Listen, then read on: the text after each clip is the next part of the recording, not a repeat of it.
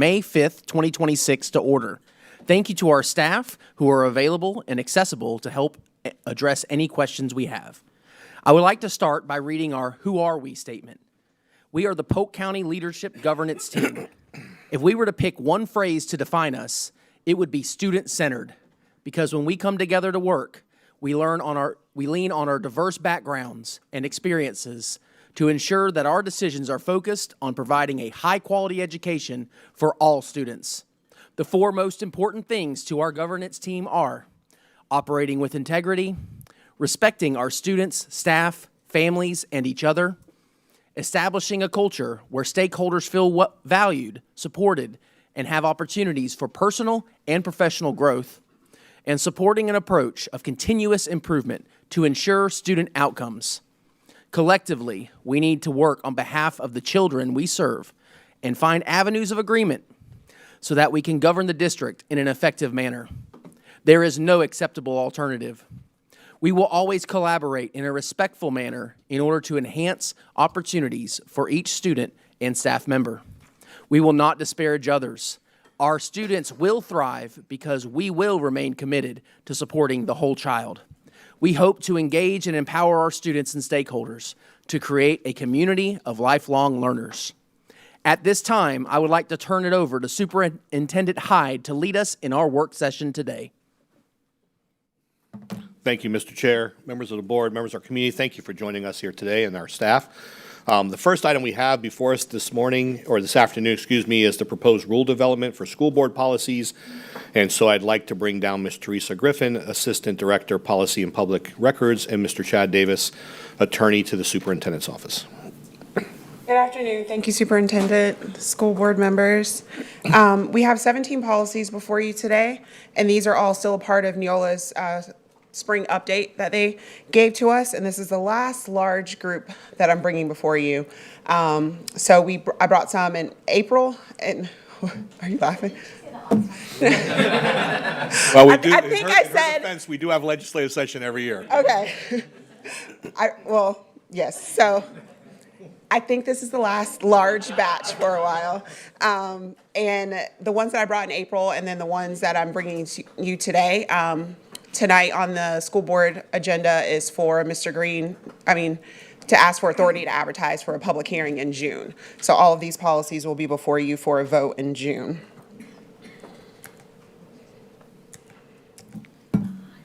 Okay, so the first two are bylaws, and these are not from Neola's update. These are based on recommendations from the superintendent and general counsel based on, so bylaw 147 is our compensation bylaw, and it's being updated based on discussion that you guys had during the April 14th work session regarding approved expenses for memberships. And then bylaw 149.3 is board staff communication, and it's just being revised to remove a reference to a request for information form that doesn't exist. Do you have any questions on either of those? One moment, Ms. Griffin. Mr. Sharpless. Thank you. Going to the 0147 compensation bylaw. It's my opinion that we don't, and then of course discussion as a board for consensus, but after the responsibilities of the board member, it has IE Chambers of Commerce, and that's kind of it. Mm-hmm. I feel like we either need to list out more or just eliminate that, to just understand that it's the essential that it would be in interest of our district and essential to the statutory duties and responsibilities of the board member. Period. That's my opinion. I don't think we need to, if we were going to go one way or the other, I would rather just not list any of that and just let it be, the board make that decision. So that's just my 2 cents on it. Okay. Mr. Keys. I was just going to echo the same thing. I think we open ourselves up to a litany of it. We have to list in every organization in that, so I think that it needs to kind of stop after that and take that out. Okay. Ms. Wyatt? I would agree with that as well. I think Ms. Kay said it best last time, that we all have to sit on our own behinds, and that those things are going to, that we're doing what's in the best interest, that I don't think it needs to be listed. So thank you. Okay. Ms. Miller? Wow, I think you have more than consensus. Looking at Hillsborough, they didn't list it. It was more of implied, and they listed those as examples. So I think following what that language looks like may be in our best interest. Thank you. Ms. Wallace? Only speaking up since I didn't get to participate in the previous conversation, but just wanted to say I echo my board members. I think it's the right approach to be vague. And then my reaction to this whole conversation was that within reason, we're complying with statute, we've got reasonable guardrails, is that, the public elects us, and in my case, appoints us to be responsible. And my view is that if anybody, as an individual board member, made an unsavory decision with these dollars, then the voters can hold them accountable. So I like that we are, giving board members more autonomy to use their judgment, which the public entrusted them with. So thank you all for working with us to give us that runway. Dr. Allen? Thank you, Superintendent. Yeah, this is a good discussion so far, right off the bat here. And, I don't think there's anything, from my perspective, as far as hesitation with the intent of this change to our bylaw, but about how it could be perceived. So I think, I would like to maybe see something about like some type of annual public reporting or something like that in the policy, just so, as Ms. Wallace just noted something about, savory in regards to what our expenditures could be. Just something just to add that extra bit. And so, for example, language that could be added would be an annual public report of board member expenditures. I don't know, is there anything, and this could be for our attorney, this question, is there any expenditure that's not brought before the board? That would be my only question on this when we make this change to the bylaw. Because it opens up avenues, it definitely has the guardrails, but I just want to know, is there an expenditure that comes before the board that's not voted upon? And that could be for our attorney, that question. I'll do my best to answer that question. So under Chapter 119.01, subsection 3, it says, if public funds are expended by an agency in payment of dues or membership contributions for any person, all the financial membership records of that person are public records and subject to the provisions of Chapter 119. So it's a public record, but not to be voted upon by the board. Is that my understanding? Yes. Okay. So if that's the case, how then, this would be to you all as we're writing this bylaw, how do we determine who defines best interest of the board? It's a pretty vague language. And then what qualifies as essential versus beneficial in the language itself? So I don't know if y'all can respond to that. So what I would want to point out as a cautionary tale, we know in South Florida, there is a school board that spent money on a table at a Broward. gala for a partisan event. Broward County. And so they had the autonomy and the latitude to do so. They probably use the same arguments that we've used for some of our other organizations. It's a benefit to the community to be out and about. And so I understand your concern is, it's easy to justify spending the money at the time, but then it comes back to bite you when the public or the commissioner of education has a difference of opinion. So having some form of guardrails may be advisable. Now, from a process or procedural position, if there is not consensus from the entire board today for us to make that change, then I think that change ought to be made as a motion during new business, during a board meeting. That way you can discuss it yourselves and come up with what guardrails or provisions you want to be in there, and then we would take, the will of the board to move forward with that. If there is consensus today, we could make that change and still advertise tonight, and this will be on public hearing at the next board meeting. If there's not consensus, then tonight, during your new business, you can bring it up, make a motion, come up with language during the break, and then we can go forward with that. But we would not be able to advertise that probably. Well, could we advertise that if they took action tonight still? Okay, so either way, we're still on track. We can still bring it back if you want to make any changes. But we would not be able to do that without full consensus of the board. Not just because you're not voting now, so we can't just do it based on majority of opinion we heard. It needs to be a full consensus. Yeah, I would definitely be more in support of the bylaw change as it stands. If we just had a little bit stronger transparency measure, that would be in the language. That's the only thing I'm saying. So right now, we have one opportunity as a board to address our expenditures and what our budget is once a year, correct? So I don't know. I think if we included what we do already with our budget in this bylaw, I'd be more comfortable with it. Ms. Wyatt? Thank you. I think how it's reported and when it's reported is more of a procedure than it is a policy.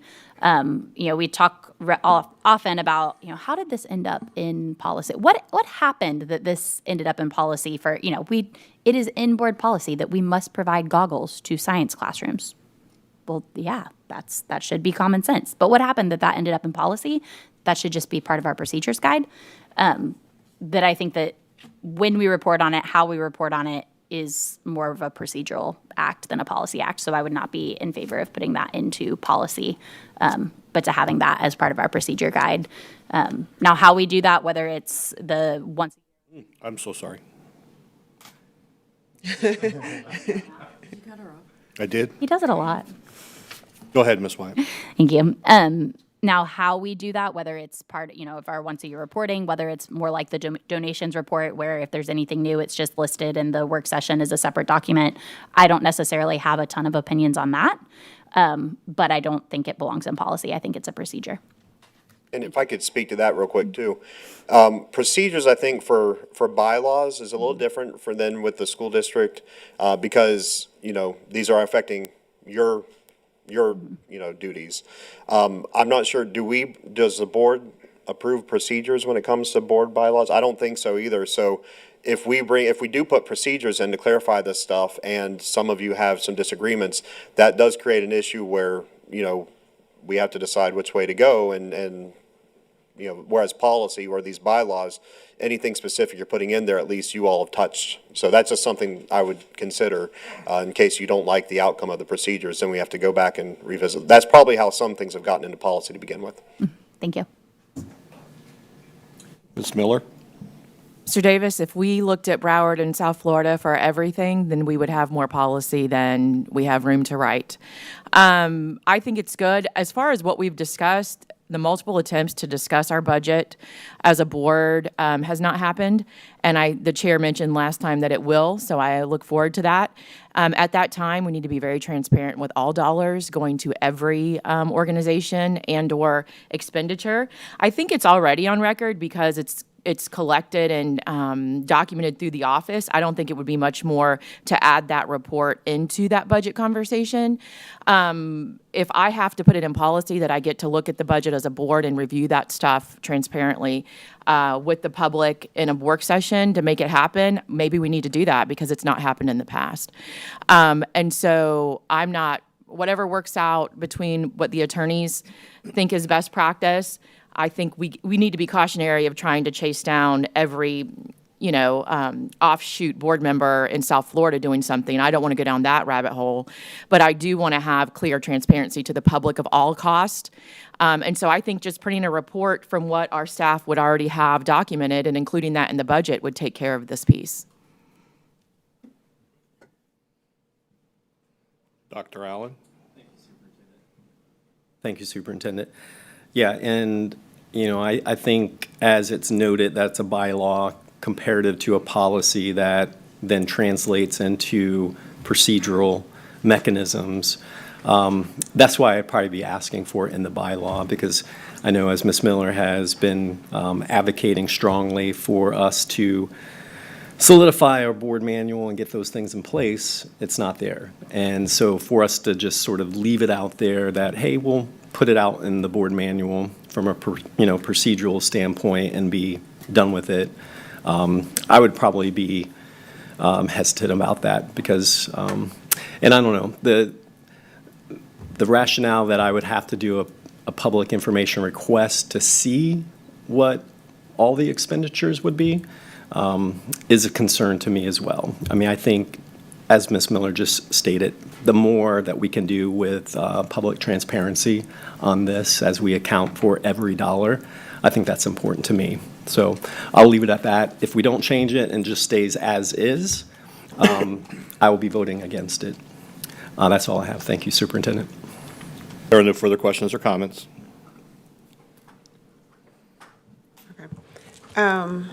Moving on to policies 1243 and 3243. These are our professional meetings policies. The revisions just include language aligning principal leadership training with school improvement, as well as some technical changes in those policies. And then policy 2370.02, our magnet and choice programs in schools policy. This does not come from Neola. This came from staff in our Acceleration Innovation Department.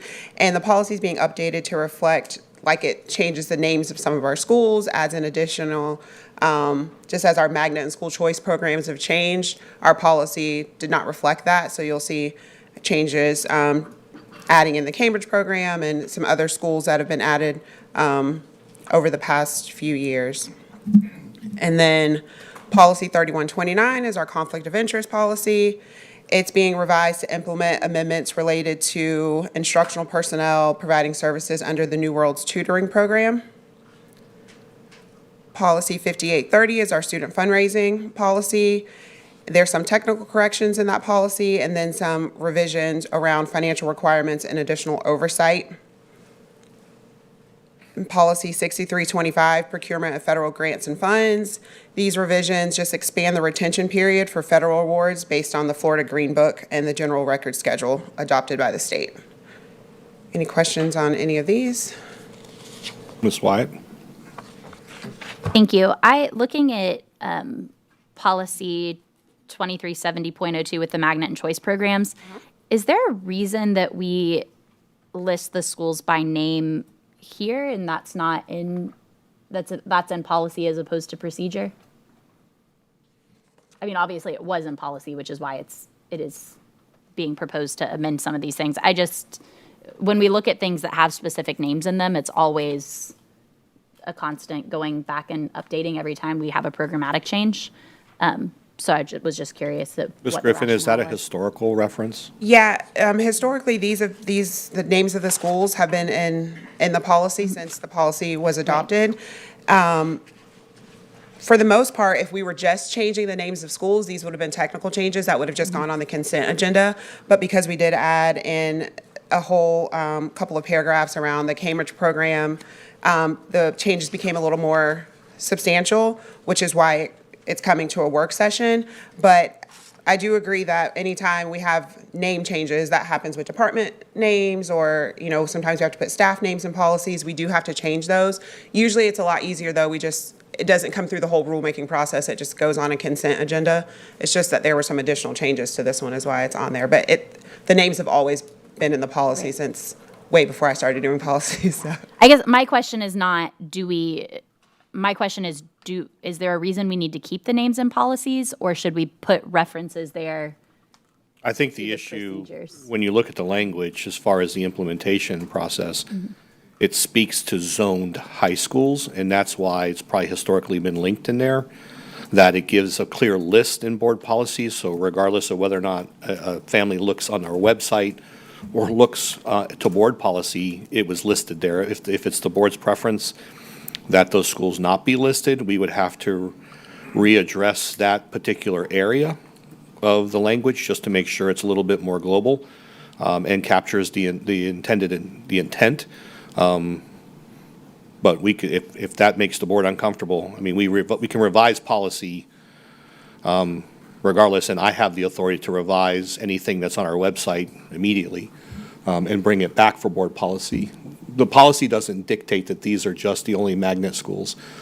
Procedurally, we can address that, but if the board's interest is to remove the names, I'm fine with that.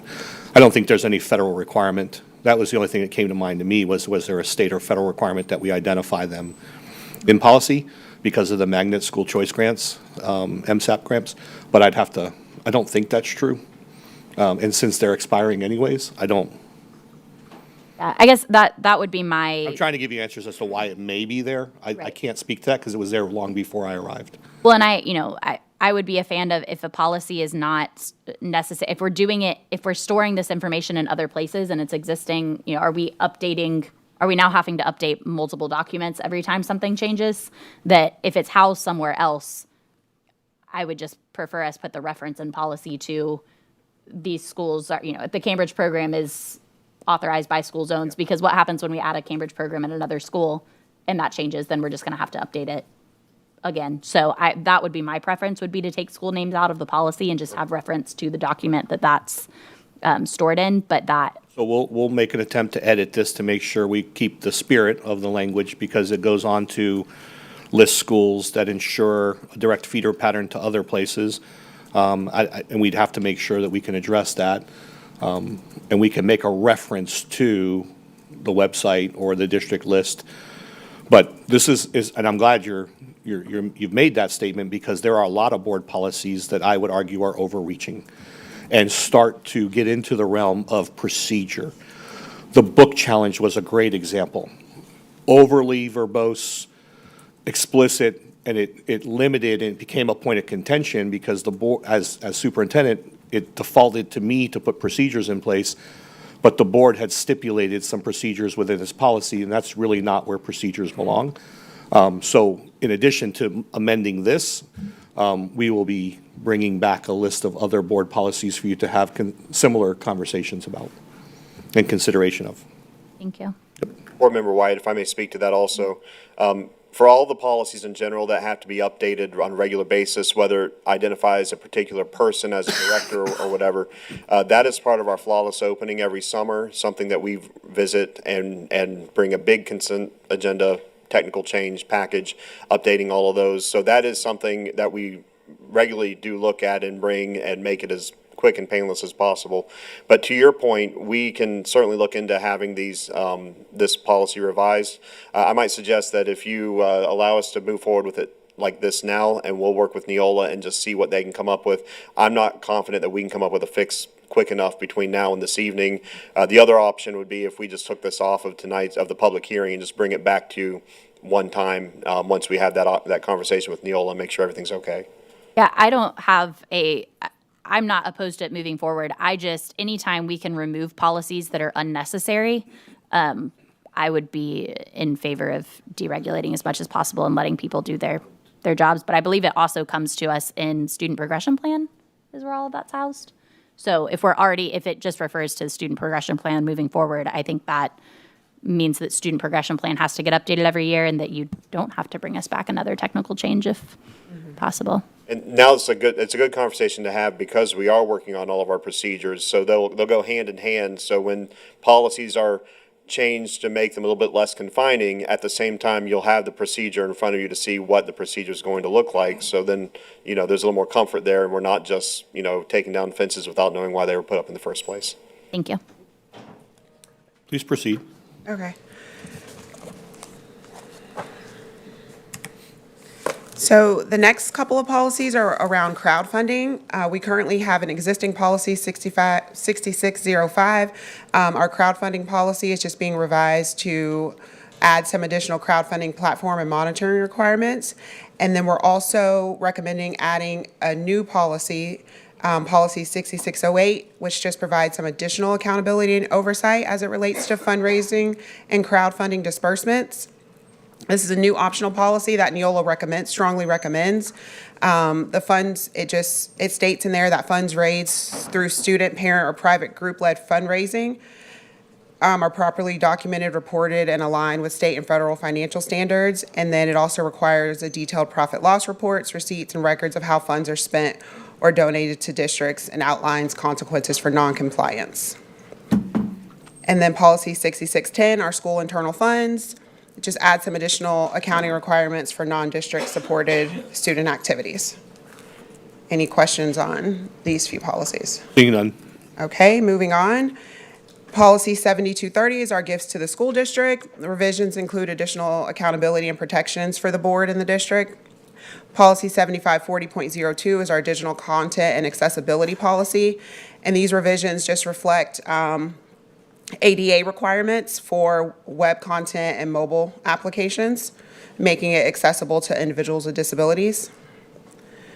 Policy 8330, our student records policy, is being revised to address maintenance requirements of threat management records, and they're moving from, they're being categorized as Category A instead of currently they were being categorized as Category B records. Mr. Sharpless? Thank you, Superintendent. Question on 7540.02, digital content and accessibility. So this is all coming from Title II of ADA. So this is federal law. And so it requires, the policy will require us to vet third-party links and apps for accessibility for ADA.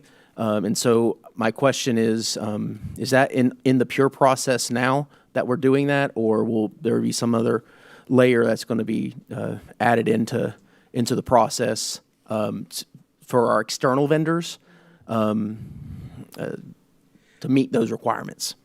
I can confirm on that with staff, but when I spoke with, I'm drawing a blank. This is largely specific to our website. This is not student Yeah. content, student software. In particular here, yes, we already have a process in place, and we're currently continually working with our web content vendor to ensure that all of our content is readily accessible. Thank you. And one of the things, the majority of this policy, as Mr. Hyde indicated, is our website based, and so Mr. Geary and his team looked at it extensively, but it also went to Ann Pasco and her department, and it doesn't really change anything that they're already doing, from my understanding, from speaking with them. I want to make sure because it was federal, I mean, we're dealing with federal compliance here, so, all right, thank you. You may proceed. Okay, and these are our final three policies. Policy 8600, our transportation policy, is being revised to, based on amendments to Florida statute related to administrative hearing process for challenges for the school bus infraction detection systems. And then policy 8600.04 is our bus operator qualification, certification, discipline, and termination policy. We're adding a new definition of bus operator, an updated list of requirements that employees or contractors must meet prior to transporting students on a school bus, and a requirement that the district obtain and review a driver's history record from the appropriate state on a weekly basis if the operator is licensed in another state. And then finally, policy 9700 is relations with special interest groups, and that just adds a non-discrimination statement as it relates to prizes and scholarships. Questions?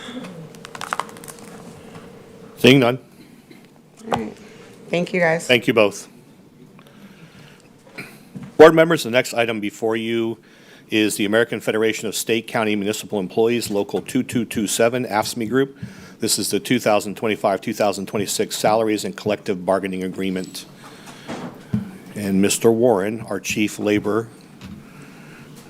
Labor and Bargaining and Employee Relations, is joining us. Good afternoon, everyone. Good afternoon, sir. We're very pleased to come to you today and have in the executive summary a recommendation of approval for all of our bus drivers, bus attendants, and a new position called van drivers. We began meeting March 20th, and we finished our negotiations in March 28th. We had been meeting over the months of February as well. This is a group that when we finished bargaining, they put it out to a vote, and we had 156 yeses. We had 7 noes and 2 that were left blank. The proposed tentative agreements include revisions to several of our articles, and those were highlighted there in the summary. First, I want to offer the fact that the bus driver Appendix B, it offers a 2% increase across the board for all bus drivers. And what that means is for our beginning drivers, we go from $19.08 per hour to $19.46 per hour. Our more experienced drivers will increase from $22.24 to $22.68 per hour. Our bus attendant salary, Appendix C, increased by the same value of 2%. Their entry-level hourly rates increased from $15.30 to $15.61. The more experienced being 1581 with an increase to 1613. We did work hard to provide a new schedule this year for van drivers. This creates kind of a stepping position where we have bus attendants that can migrate their way through to be van drivers and ultimately perhaps to be bus drivers. So we have developed a new salary schedule that was established for those drivers. An entry-level van driver would be at $17.10 per hour, and then the more experienced being at $17.79. We then move into contract language discussions. Article 4 was one that we spent time on with the driver and attendant service hours and workday. For a long historical period of time, we've had something called the goldenrod forms that we've used, which is a triplicate form where they fill out in paper and they track their work. What we did this time is we've moved with agreement from the goldenrod process to an electronic process where they will have access to a Polk County Public School electronic device. And rather than having varying hours for routes and travel times, all the bus drivers were leveled out at a 7-hour guaranteed workday. And so what that means internally is if your route isn't all those hours, there will be duties that will be assigned to them. In the past, we've had them returning back to schools to do tasks and assist in that way. And Mr. Davis and his group and his managers will be working on those route times and plugging in any extra time so those 7 hours are accounted for. Paid leave was another discussion. We presented to AFSCME the paid leave, and they enjoyed the benefit of that. That provides them 15 days of paid parental leave. We did also discuss the option of, they enjoyed the benefit. They did not want to have benefit other than their attendance bonus. We did offer them the buyback option of like we had discussed in previous times with other bargaining groups. But upon bargaining at the table, they enjoyed the benefits of their attendance language that was already in their contracts. But they did enjoy the benefit and appreciated the option of the paid parental leave. That brings us to the conclusion of what we negotiated. I'm open for any questions you may have, but I'm appreciative to Marjorie Patterson and the team that we bargained with. It was a very nice process coming together and a lot of good collaboration between Mr. Davis and his team and the bargaining team as well to bring what is before you here today. Ms. Miller? Thank you for presenting today. I just want to say that within my 2 terms on the board, I think we've made huge advancements in what we're offering to our bus drivers and how we're recruiting them, and I appreciate the work done in that. I want to again recognize Marjorie Patterson and her work. She is one that rallies, even when bargaining and how they bargain has been changed for them, and really moving away from having that voice, that we have made a consistent effort to make sure they're still at the table and discussing these changes with them. I'm sure I'll hear if they're not working great, but so far the feedback has been very positive about what we're doing. And I want this group to know that even if there isn't a vetted way through the legal system and the state to have their voices heard, that we will maintain that relationship, because as an old legislator I won't name reminded me that it is only good for business to have good relationships with your workforce. And I think we try to extend that, and we've done that with AFSCME, and they've always shown up. So I appreciate Marjorie and her team, and thank you for the update today. Thank you. Ms. Wyatt? Thank you. Yes, I want to recognize the team. Superintendent Hyde and I had a conversation just after we were settling with PEA about our other bargaining groups, and oftentimes PEA will get the first bite at the apple as far as whatever decisions are made in that kind of trickle down to everyone else. So I appreciate the team letting AFSCME get all of the same options that were offered to PEA. I think parental leave is huge, especially for this group. And so I'm thrilled that that was offered and they were able to make their own decision, not have to live based on another group's decisions that were made. So thank you for the team. I know it is more complicated on the back end to have different groups receiving different benefits. But I think we have to, if we can't bargain with everyone together, that we have to allow every group to have the same opportunities when we bargain. So thank you for the extra work that I know that caused. Thank you. Dr. Allen? Thank you, Superintendent. Good to see you, Mr. Warren. Yeah, appreciate your work on this. For me, as we receive messages from the superintendent, almost on a daily basis, right, of situations that arise with our bus drivers and our students, we recognize the significance of their work. So thank you for that. I was curious, just looking through the contract, and you're talking about the goldenrod situation, the change of that. Does that impact, so it's a guaranteed 7 hours, right? So would you say how many of our bus drivers would exceed 7 hours of work day? When I think about like overages and overtime and so forth and things like that. Not sure how many would actually be over per day, because what we Yeah. find is it's dependent on the geographic area, distance that they have to drive to pick up their buses. And, I will say we have a lot of discussion in the east side, where we have the longer routes and the traffic is a lot different. What this did for us with the 7 hours, it allowed us to be able to, it helped some of the drivers that were deficient on the hours, so now they have a guaranteed budgetary amount to gauge for every month. And those others that would be perhaps over 7 hours, I think there's a way they can be paid as well for those if they're over, to be able to make sure they're paid for their time worked and served on those buses. Okay. And a couple other things, Dr. Allen. So they can easily track and monitor to identify if an individual consistently goes above 7 hours, and then their midday assignment would be modified, right? So the interest is not to increase overtime costs, but their midday assignments. And part of that went to address the issue when we had additional dollars during COVID and wanted additional supports in our schools.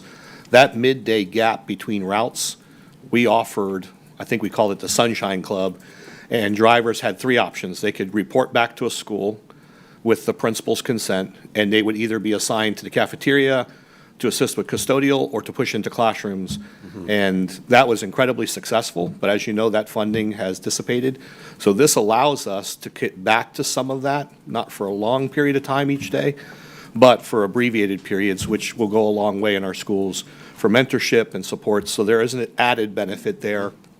But to your question, again, to reiterate, we can easily track and monitor, especially by region, to determine if there's overages, and then we can adjust those working conditions and hours as needed.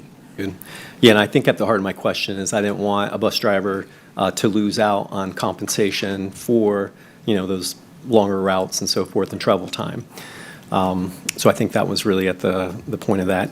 In the language, there's a separation of no experience versus most experienced in regards to compensation. How would you define most experienced? Is that based on years of service? So at what point does it exceed to then move into a classification of most experienced? What I'm going to do is I'm going to draw us back to that specific appendix, because they are established by Steps. correct? It's either A through, And I probably could have looked in the appendix. salary levels 1 through 5. Okay, so What 5 is years. not here is another appendix that is initial placement that provides the years that I don't have in front of me. But there is a differentiation of years' experience that drops them into those respective salary levels of 1 through 5. And so, unlike the other contracts where we have one for every year, these are clumped by a range of years that direct us to the salary levels 1 through 5. So to answer your questions, a zero experienced driver would be in salary level 1. When we would say our more experienced, most experienced, that would be a salary level 5. Okay. All right. And one last question. What's the total number of our bus drivers in attendance, just for context as well? I know that number fluctuates. 652 employees at this time. Okay. All right.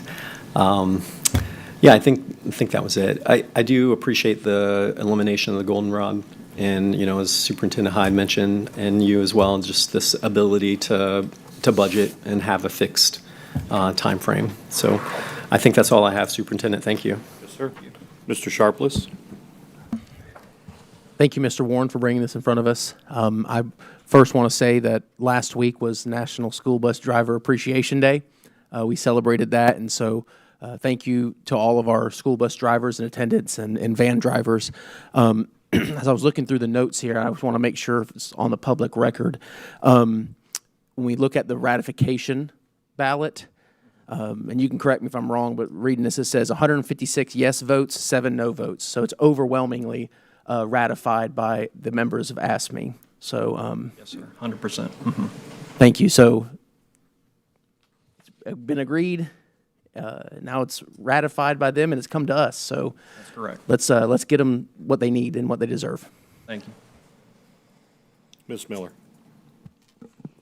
Can you talk a little bit about that midday duties and who's accountable for what? We used to have a fund that would pay them to do additional duties during the day. My question is, site-based management, site-based everything, what is, like, who is the check-in person to make sure people are getting credit for the hours? Who is the person at the district? Is like there a place they can go to see who what that hierarchy looks like? Yeah, there was a lot of discussion with respect to signing in with the PCPS devices to start the days. And then as the day would evolve and the route would finish and they have the down route time in between their morning and their afternoon routes, they could go and check into a school where they would swipe in and that would be documented. So they're able to track those minutes and those hours along the way. With respect to what's going on with specific drivers in geographic regions, that would be down to the manager levels on Mr. Davis's side, where they're tracking, what's going on with respect to routes that may be changing or evolving, and then pushing them into schools for opportunities to serve there. And the principals are all on board with this and will utilize them as necessary? Yes, yes. Thank you. No further questions, sir. Thank you. Thank you.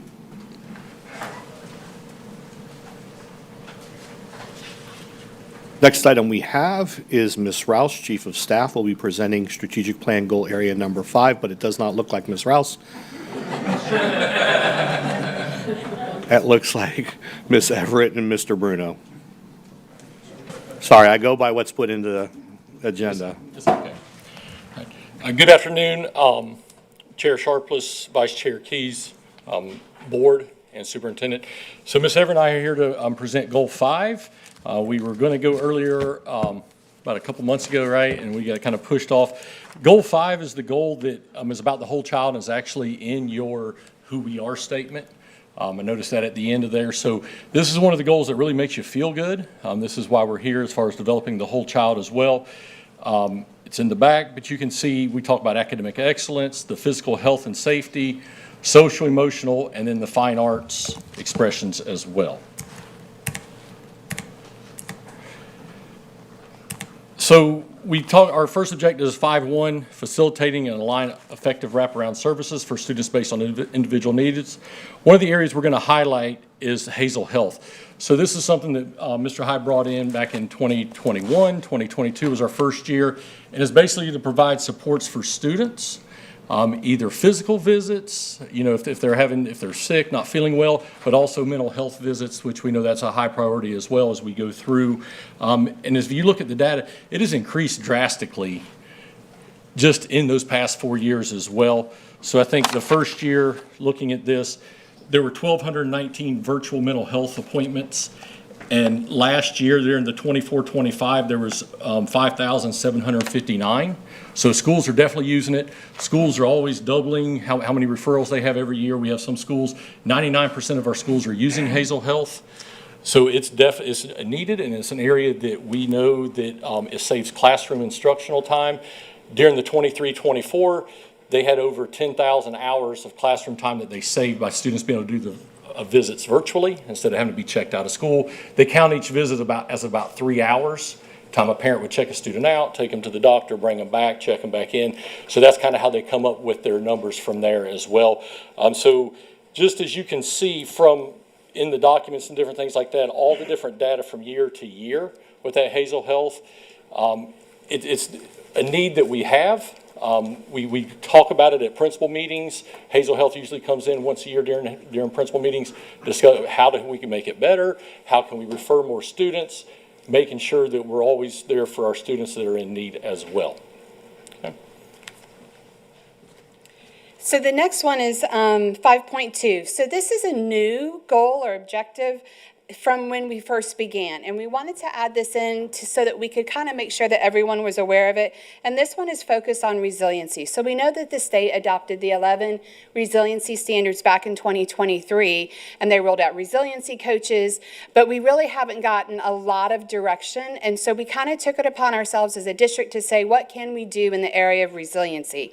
We repurposed one of the positions that we have in school counseling. They are now a K-12 resiliency coordinator, and she has been working exclusively on building resiliency resources for our students and for our staff. We now have a PCP Resiliency Education Facebook page. She focuses a lot on the resiliency pieces happening in schools, a lot of their focus on the resiliency standards, and she highlights that information every month. She's also created a Schoology page where she is putting constant resiliency education materials into that Schoology page and pushing it out through our school counseling team to make sure that our students are being exposed to those standards. It's really created a movement. We have a lot more work to do, but she also comes into our different trainings for our school counselors, our administrators, and she's actually modeling how to embed resiliency standards into the work that our teachers are already doing. So it's not one more piece. It's really building the awareness of the activities our students are doing in their classrooms are building those resiliency standards. So just kind of bringing awareness to those different pieces. And we wanted to make sure that we highlighted that. Also, we have resiliency coaches. Those are volunteers in our schools that go through a state training, and then they work on these pieces at the school. As of when we were going to present originally, we had 12 resiliency coaches in our schools. We had 8 enrolled in the training course. We had 18 awaiting clearance so they could enroll in that training course. And then we have 43 people that have expressed interest, but we haven't gotten them signed up yet. And so we work with, that resiliency team works with Jeanette Crowley, and they work together to recruit those resiliency coaches. And I will say we are kind of on the cutting edge at the state level because we do have a position that's focused on making sure these standards are highlighted for our students. So we're really proud of that work. And then the last one we wanted to highlight was 5.3. And I will say this, when we were trying to decide which ones we wanted to highlight and we were limited to 3, it was a really difficult choice because I will say this strategy is full of the amazing and really cool things that we do for kids across the district. But we wanted to end with Polk Rise. And as you know, that is our kind of enterprise program where we are working specifically with first-generation college students who are low income and high achieving and really making sure that they're able to capitalize on all the post-secondary opportunities out there for them. So right now they are in their our first cohort are 11th graders, and we now have a cohort all the way from 6th through 11th grade, and then next year we'll have the full cohort of 6 to 12. Some highlights that's happening with those pieces. We had 4 students last summer participate in the pre-college at Eckerd College. It's a summer residential program. One of our college navigators actually scooped them up, made sure they were prepared, had all the materials for the overnight stays, and actually drove them down there and also picked them up to make sure they could access that program. We had one of our Polk Rise students complete the Youth Leadership Polk 2025 program. There were a total of 8 completers in our district. One of those was our Polk Rise student. We had 5 students accepted into the Randy Roberts Capital Classroom Tallahassee experience, and actually Polk Rise students made up 20% of that class, and that includes students at our charter schools and our private schools, and that speaks to the preparation they're getting through those college navigators, so that's pretty exciting. And then we had 5 students apply for QuestBridge. There were over 25,000 applications across the country. They selected approximately 3,500 students across the district, or across the nation, excuse me, and 3 of those students are Polk Rise students. So that is a huge accomplishment for those students and their navigators, and we're super excited about that. And then if I'll take 2 seconds and just kind of give you a couple of testimonials that are really talking about the cool things that happen. So our navigators are really focused on doing all of their parent meetings at this point. If they're not virtual, they're on a college campus. So our parents and our students are being exposed to the college campuses. So one of the last visits, a parent stopped one of our navigators and talked about how the parent is now interested in going to college and sees that as a real possibility for them. That's changing families, right, for generations. So that's amazing. And then a really cool text that came in after the last visit as well. We have a family who's going out of state for a summer trip, and each of the kids are allowed to pick an activity, whether it's an amusement park or, you know, whatever. It's sky's the limit. And the middle school student told mom his goal is to tour the college that is in that area where they're going. So we have a middle school student, of all the things in the world, is like, you know what, we're going to go visit this college, and the whole family's going to go. So it's really changing families. It's changing the whole idea of what's possible for kids. Like I said, we have the best goal, no offense to the others, but we get to do some really cool things with kids across the district, but these are just a couple of them. And with that, we'll open it for questions or anything we can help answer. Mr. Sharpless? Thank you both for being here to present today. I've got a comment and then a question. So my first comment is, we're seeing it's harder and harder to hire school psychologists. And I just want to say that the reason why we do Hazel Health is we have to fill a gap. And that I appreciate you highlighting that. Mental health is really important for our students, especially post-pandemic. And so thank you for highlighting that. That's my comment. My question is actually for a different one, Objective 5.2. You didn't talk about this strategy, but I remember from all the documentation we had for the retreat, we talked about random searches, right? And I was just wondering, is there any data that we have that is suggesting that our random searches are acting as a deterrent to bringing weapons or vapes onto campus? Have we done any kind of data collection on that, or? We have not. Okay. With that. Okay. Well, I mean, we know. We don't know Hang on, what Ms. would Brew. be there. so yes, but not information we will disclose here today. Okay. Thank you. If that's the interest of the board, we'll be happy to compile that. But that is not something we would typically. Understood. That would be more of a closed session, but Has indirectly led to a reduction in vaping on the days where we do our random screenings. But as you know, because you receive updates after every one of our searches, that we do not have a pattern of locating other items that would cause concern. Sorry, Mr. Bruno, go ahead. You're good. I just, if you could share that, Superintendent, I would appreciate it, and thank you for all you're doing. Ms. Miller. Thank you for sharing that information today. I think I'm just going to go back to how parents are receiving this information of what's available. Yesterday, I left a Project Search graduation to find a young family in the lobby who was interested in Project Search, had no idea that it existed. I go back to their school and ask their guidance counselor, who may or may not know what it is and how to access it. And I think that's, with a district this large, I think that's one of our hurdles, is trying to disseminate information to the end user. It's not always the channels that we are currently using or have used in the past. So I'm once again going to be an advocate for all of this going on a user-friendly online resource. So when I see somebody, I met another student from Lakeland, a first-generation college student whose parents said, "You're going to college, it's all on you." So by the time she gets to me with a 4.2, she has no idea where to go. Her guidance counselor has a caseload of 300, I'm sure. I mean, these high schools have large caseloads. So how do we give them the information to access it in their convenience, on their timeline, with follow-up? And I think it's going to be digital and tech. And I know we're moving in that direction, but I think until we can get there, there's going to be a huge gap on the user side of this. Yeah, and I would say I agree. And one of the things we've been spending a lot of time talking about is making sure that we are in touch with how people consume information, right? We may be doing a lot of the things we've always done, but it's not as effective as we need it to be. And so we are definitely having those conversations of how to improve. And I think to use our limited resources to get the biggest impact, we need to do those surveys. Like, how do you receive seniors, ingoing ninth grade parents? As an ingoing ninth grade parent, I had zero idea. I have access to people that most people don't have access to.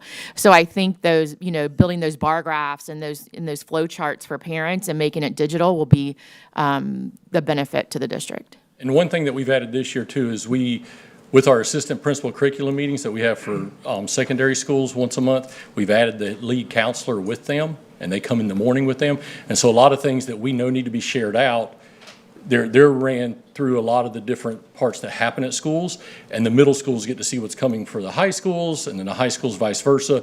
That has helped connect some of it with the schools, and then we let schools share out their best practices as well. Do we let the schools decide what that best practice is, or is there a template that they all use? We do let them have input on those pieces. One of the things we have found, and I think this is what Mr. Bruno is kind of alluding to, is a lot of our historical knowledge is leaving us, right? As those people that have been in the schools, especially in a school counselor position for 30, 35, 40 plus years, they are leaving. And so there's a whole lot of programs that are out there that aren't specifically trained on per se, but it's a lot of just knowledge that's been out there. So we've been taking a very specific approach to what are all those different pieces and approaches to programs, processes, making sure students are aware, making sure families are aware, but we have to start with our staff as well. And so that's where we are bringing these pieces forward and having these trainings. And then we've been talking about, and we're starting to do it, where our team a lot of times has that material, right? We have the slide decks. We meet with parents. We do parent meetings. We're pushing that out to all the schools so they're not having to recreate the work. They're not having to come up with a way to communicate it. We can go ahead and give them that content to share with their families. Now, the next step is making it electronic on the school board website, on the school website, so that it's easily accessible. But we're going to start pushing much more of that information from here all the way into the schools and to the students and families. And I want to thank you and your staff for taking those one-on-one meetings with students. It's just we have 100,000 kids, and so we've got to make it accessible. Thank you. Mr. Keys? Thank you for presenting. I would going one by one here in 5.1. A statement, but making me smile. I would assume that we've met our KPI of 5% on that, based on that, and it's wonderful to hear that, because when you implement programs and you see little use out of them, you kind of wonder, what are we doing it for? But this is a great example of that. So thank you for that update. 5.2. I want to say, I'm glad that as we got these policy on resiliency coming down from the state, I applaud our team on being early on that and taking the initiative to say, hey, let's develop our own program, because it is very important. And then finally on 5.3, I agree with Ms. Miller. We have Polk Rise is a great program, and I think getting the information out to the students, let them know, those resources are available, is very, very important. And just see the success of that. I'm anxious to see, because it said our baseline is established 26, 27. So I'm anxious to see the data that comes out of that afterwards, saying, hey, we've already got some great examples of where we're being successful at, but it comes down to me for the data. But just glad to see the engagement on it and excited about that going forward. It's a great job. Thank you. Ms. Wallace? Hi, thank you all again. I had just a couple thoughts / questions around one of the things that I'm very passionate about and want to see us continue to move the meter on is our Bright Futures eligibility at every tier as a district. And was curious if that topic around FAFSA completion, making sure that we are farming our PSAT test takers once we get that data back, is all of that under this silo? No. It's not. It's It's really- academic yeah. attainment. Oh, okay. It's the academic piece, but we are doing a lot of that. And so to your point, I don't know if it was last month, we had April's an APC. hour and a half training on PSAT, National Merit Scholarship. What do we do with that data? How do we target those students?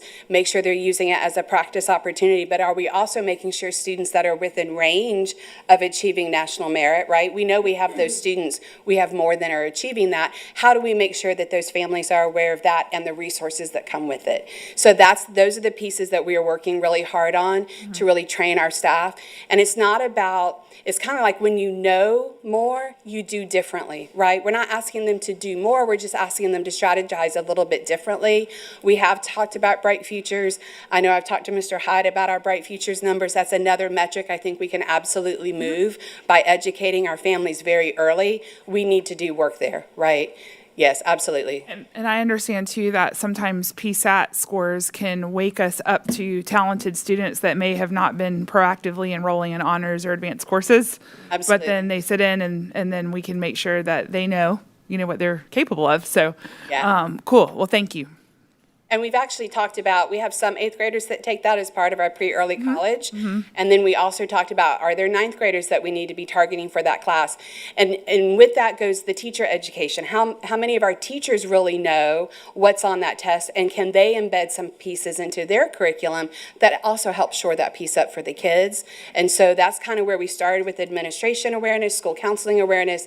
Now it's pushing down into the teachers as well as the kids and the students. And I didn't realize there was a class. I was more thinking about the statewide 10th grade PSAT that the state pays for, because I'm assuming, get pretty high participation in that. Everybody, yes. You're looking at the original guinea pig, because I think the high school class of 2003 was the first set of 10th graders that got that. Not that I didn't have enough tests going on as a Right. student, but yeah. So I know that, or I've heard from people who've been around the block a while, that once the state started providing that it allowed districts like ours to identify more students for potentially more rigorous coursework. So Absolutely, AP potential.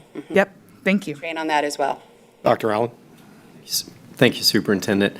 Yeah, if I recall, it was Mr. Wayne Green that brought the Polk Rise program to us in that initiative. So great to see just these outcomes, and very exciting. We're about ready to take it on the road. So, I mean, we're getting a lot of interest from other districts that are asking about what we're doing, how we're doing it, the lessons we've learned. And I know the navigators are a little nervous, but we're about ready to show off. Love it. Yeah. I can't wait to sit in that presentation somewhere around the state if that affords the opportunity. Yeah, because I mean, education, one of our strongest pillars of hope within our community, and can break the cycles of poverty in a big way. So thanks for sharing that information. I will get a little bit more on the critical side, and this could be for Superintendent. I'm not sure when the Hazel Health will come to us. I know we evaluate that on an annual basis. I was just curious, so when we see, okay, we will increase mental and health visits by 5%, does that account for our population growth as well?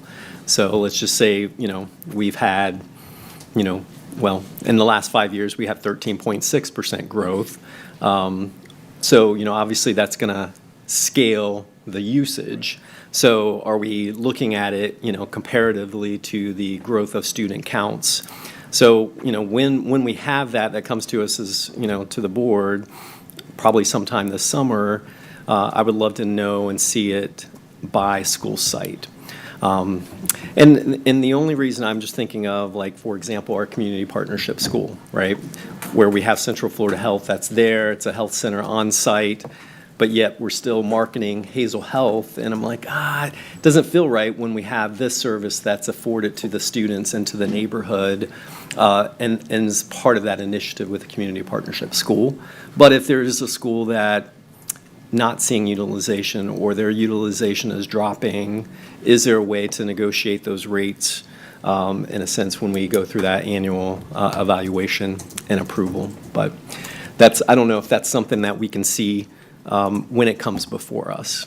So just to clarify, the board will not see that this summer. The board approved that for a 2-year extension. Was it a 2-year extension? That's correct. Yep. And when the funds expire, because we used carryover funds from the federal government post-COVID dollars, if we choose to continue, then that will have to require a budgetary conversation with the board.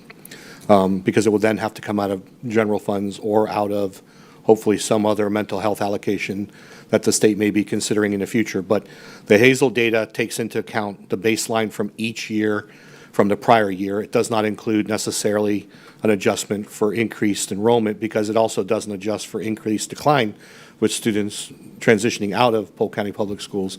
So it's typically just based off utilization from year to year. But again, the board will not see that, but we will be providing you the end of the year summary on use and utilization. All right, great. Yes, sir. Thank you, Superintendent. Appreciate it. That's all I have. Ms. Wyatt? Thank you. You guys really do have the most fun goal, but that's because this is the reason that kids come to school. It's great that when they want to learn math or science or other things, but really the wraparound services, the things that make them want to get involved are the arts, the sports, the potential to do a college tour. Those are the fun and exciting things that make them wake up in the morning and get out of bed and get on the bus in time and keep their grades up so that they can participate in those fun things. So I love the RISE program because I've been very involved with Randy Roberts Foundation and youth leadership since those programs' inceptions. And it's always been, how do we get more students? We have this great program that we can offer, but how do we get it out to kids?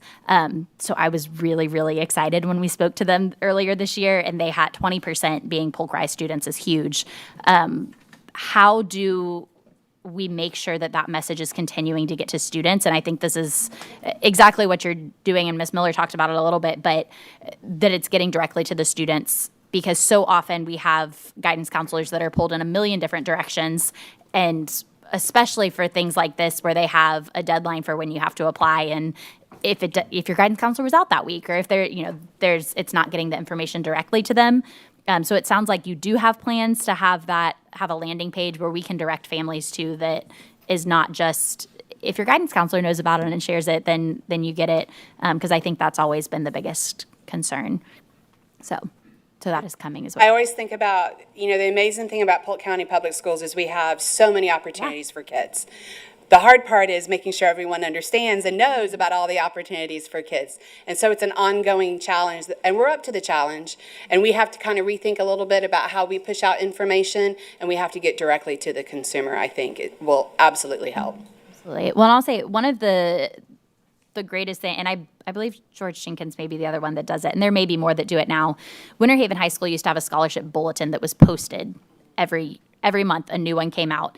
And so everyone could access it. You knew if you wanted to look at a scholarship, you needed to go to the scholarship bulletin. That I don't feel like for our opportunities, we truly have, this is one place that you can go to look for every opportunity that's out there. So I'm excited to hear that that's coming, because I think, to Ms. Wallace's point, you have students that may be interested in it, but haven't expressed interest. And when you have a caseload as large as many of our guidance counselors do, they don't have the opportunity to really sit down and get to know, what types of things are you looking for, and then come back and say, oh, they're interested in civics, and we just saw this, and that's the student I need to make sure gets it. There's just not enough hours in the day. I think all of them would love to do that.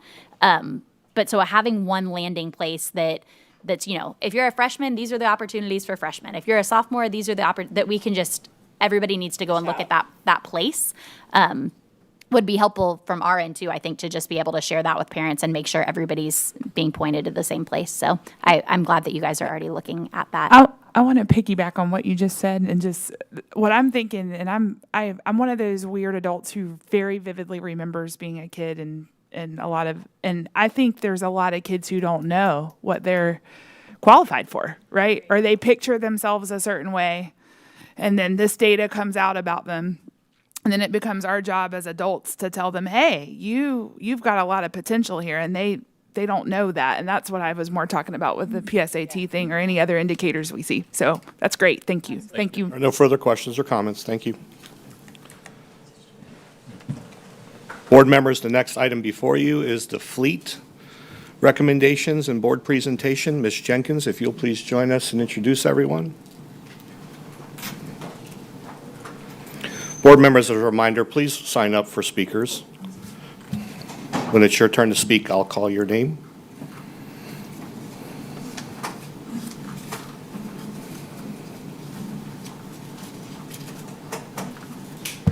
Good afternoon.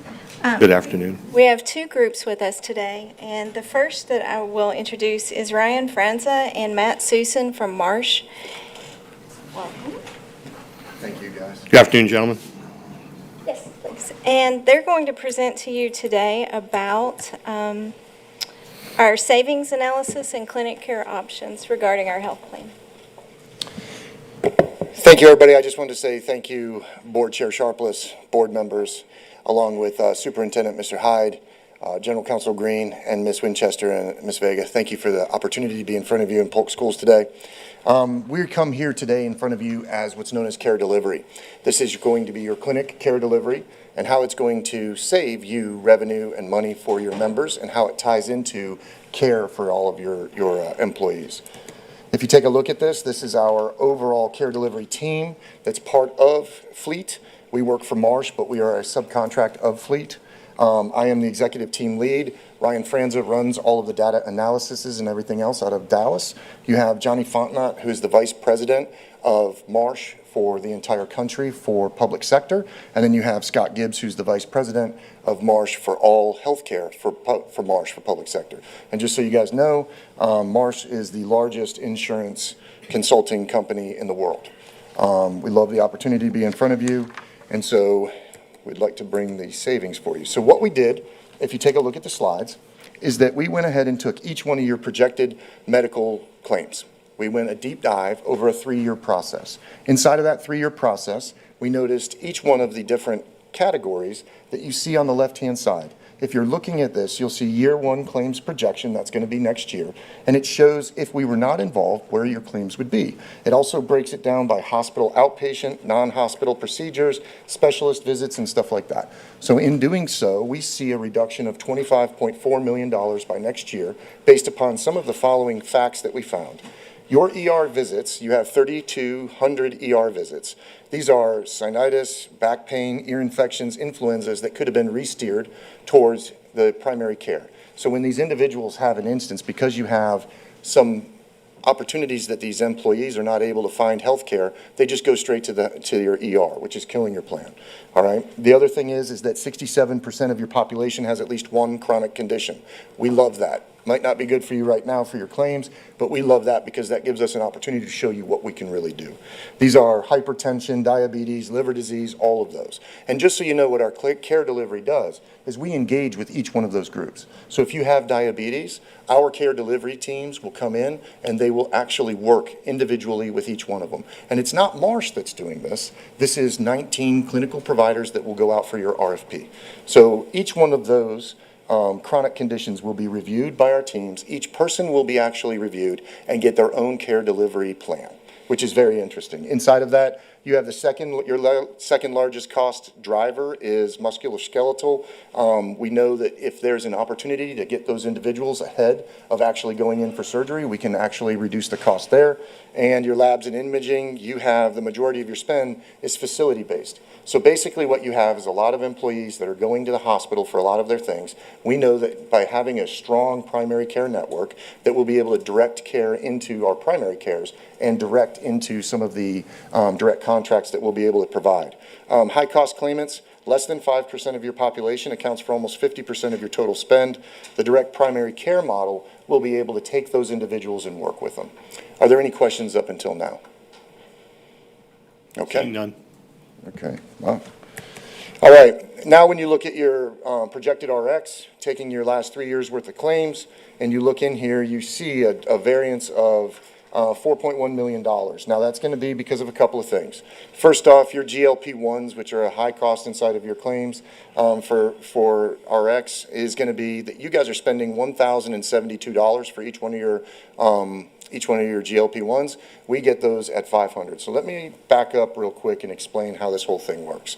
So inside of your clinics currently, you provide services, right? You might be able to get blood work, you might be able to get a little bit of imaging, and you might be able to do some of those basic needs. But what happens under the fleet model is that we go ahead and then we take those and we direct contract with some of your Lakeland Regional, Advent Health, and others to reduce the cost. So what happens is once they're referred out, they get a reduced cost. It is all included in the per member per month fee. So where you're going to find is almost 85% of your people, once this goes in, will never pay for health care because the majority of them never have to go to the hospital. So they will. So even if they choose a plan that costs $100, $200 a month for them for the payment out of the paycheck, they will never hit the actual plan because they will never see a claim that comes in because they don't need to have an emergency knee surgery or brain surgery. Also, when we do an evaluation of the individual RX, what ends up happening is each one of the individuals, sometimes you see this in many places, where somebody will go to one urgent care, then another urgent care, then another urgent care, and they end up with medications that are 3-4 times doing the same thing. So we're able to reduce by basically looking at each one of those. I wanted to also tell you that inside of our clinic care delivery model, they're not going in to see a doctor for 5 to 10 minutes, which is normally what you see them come in real quick. They review your charts and all that stuff. They're in there for 30 to 60 minutes. They get a real evaluation. They're taken care of through their tests, through everything else, and then they get phone calls. They reach out to them on a constant basis. If 5% of your population is costing you 50% of your actual cost, they will focus on those individuals and get them healthy. That's where we see a lot of our cases. So when you look at both of those bar charts from this one and the previous one, you can see where we reduce each one of those areas. Any questions up until now? Seeing none, we'll move forward. All right, so let's look at the year one projected clinic season. And then Brian, if you have anything to say, just go ahead. So you have your projected claims right now for next year is $168 million. Under the clinic impact coming in, you have the DPC savings of 15%, the pharmacy savings of 2%, which totals out at $29,594,000. That's if our clinics are being able to come in. That's a 5-clinic model is what we're thinking. The RFP will come back and tell us differently. But that's 5 clinics that are going to be deployed into the major city urban centers. Some people think that they want to put them where where your highest amount of people are. That's not where we do it. We do that, and then we also put the location based upon your indigent or your chronic disease individuals. So if you have a high chronic disease population, we tend to put them closer to those populations also. In doing so, the on-site clinics are going to end up costing $17 million. Total projected spend after you take the cost of the clinics is $155 million. First year net projected savings is $12,276,000. Now, let's talk about that. Many people have come before you guys and said, we're going to save you this amount of money, and then within a year, you don't see those numbers. That number, when it comes back, it'll be a little bit more, a little bit less, based upon what the RFP presents, will be a guaranteed savings, meaning that if they don't hit that number, they cut you a check. And so that's the difference between what you see and what you've had in the past.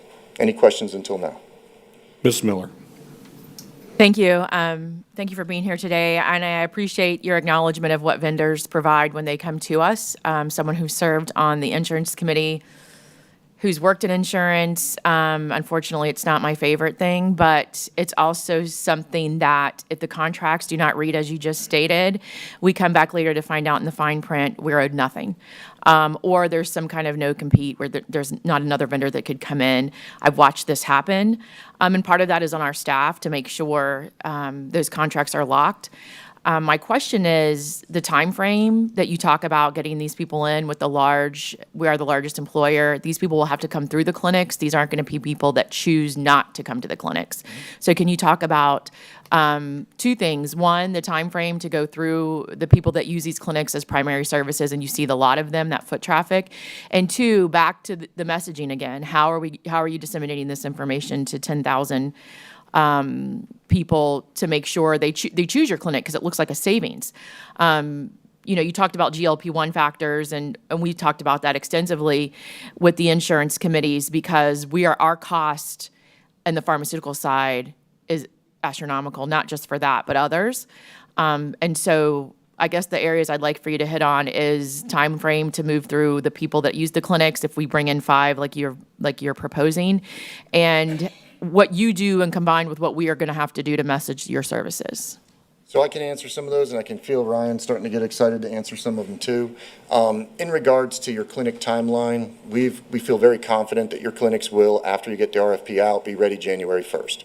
So just that piece. Now, getting the individuals inside of the clinics is all based on scheduling and everything else that we do. I understand that you're having difficulty right now. We're receiving some of those emails. We're dealing with them on a regular basis about the scheduling that you guys have. Some people are trying to get in, they're not getting in. That is not an issue with what we deal with on a regular basis. Did you want to speak directly to that? Yeah, so every one of the clinics that we set up, it's either same day or next day visit, depending upon when they call in for their appointment. So if they're calling in at 4 o'clock in the afternoon, it'll be next day. If they're calling in at 8 a.m. that day, needing to see the primary care physician, in most cases, they'll be able to see them same day. The reason for that is we staff our primary care physicians at an acceptable patient panel rate. Typical primary care are seeing anywhere between 2,000 to 3,000 patients on their panel. Our advanced primary care, the clinics and the doctors are seeing anywhere between 800 to 1,000. So because of their patient panel, they're able to see those patients for more time as well as get them into their office quicker. And your hours are based like urgent care hours? Yeah, so they're going to be based within the time frame of the day and then on the weekends as well. Okay. Because that was one of the issues that we have is people working and or our bus drivers, can they get to the clinics? And the other issue that we have is our clinics sometimes either for whatever equipment's not there, not working, they go there and then sent again to another facility, which is double the cost, or it's additional cost. So your clinics are prepared for most urgent care kind of diagnosis, or tell us a little bit about what you will be able to serve. Yeah, so they're going to be able to serve the majority of urgent care. They'll be able to serve all of primary care. Okay. So some urgent care needs that would require a tetanus shot or something like that, they may not have that actually at their facility, and then they refer them into a direct contract of an urgent care or another near-site facility for those types of services. You asked a question earlier about how do we educate employees on this. All of these savings analysis and these numbers are based off of if your members come into the clinic, their deductibles, their out-of-pockets, their co-pays are waived at 100%. So these GLP-1 drugs that are over $1,000 right now for prescription, they're typically getting picked up at Publix, CVS, Walgreens, and there's a copay associated with that. Or they're on the high dollar deductible HSA plan, they're paying the full cash amount until they meet their deductible. What we're doing is we're sourcing those medications directly to the manufacturer. We're bypassing a couple middlemen, which is the pharmacy and the PBM. And in being able to do so, we can reduce that cost down towards $500, and you guys waiving a deductible or a copay is a moot point. So we're incentivizing your members to be able to get the care that they need and reducing their dollar amount to access that care. Thank you. And I'm sorry, one more thing because I'll forget. Therapy that's provided at the clinics we currently have is another issue, like doing PT, OT at the clinics. Is that something your clinic provides in those stated hours? Yes, so the RFP, so we do a full extensive RFI, which has already been done to the 19 care delivery vendors. And then from there, I have a scoring metric to show, okay, who's able to do what are their quality outcomes, and basically rank and file of these care delivery vendors, which ones are incentivized to reduce corporate healthcare costs, which is a big, big deal, okay? And then from there, when we go into the RFP, we get into more specifics of, okay, these are the needs for Polk County versus another county versus a smaller rural county on their claims. The reduction of healthcare costs for an employer. There are many care delivery clinics that are either associated with a hospital system or are not held accountable on an ROI. That's fee for service. Our entire healthcare system is fee for service. Okay? There's very, very, very few clinicians that are actually measured on quality outcomes. The reason why Fleet hired Marsh and the care delivery team is not only to establish these new clinics, but to also oversee your existing clinics. So we either optimize the existing or we replace with new options. And in regards to what you're saying about educating your members, there's two pieces. The first one is that there's a strong communication piece that goes out and reaches out to your 5% that are costing you the 50%. But because of our relationship with Fleet has almost 70 to 80% under their model of participation inside their clinics. And they'll be able to present that to you next. But we won't have a problem with your members participating inside of our clinics. So if that helps you understand. Yeah, I just want to make sure, a lot of our, like anything else, until it's a crisis in your own home, you don't realize the opportunity. And we have a lot of people who still don't know if they went to our clinics, they wouldn't have to pay that $50 copay. So I can imagine introducing, this option. It will be, the onus will probably, a lot of it be on us to be able to get that information out. But I think once people start using it, they'll share that within their networks, within their different sites. We work very, very strongly with your labor. We work very strongly with all. Having communications get out is not going to be an issue too much for us. Thank you. I would say that. Ms. Wyatt? Thank you. When you talk about and I appreciate your comments on the alternative sourcing for GLP-1s, several of our specialty drugs, there's a generic, there's different renditions that. Yeah, we don't, if they're being diagnosed this, we don't send them this.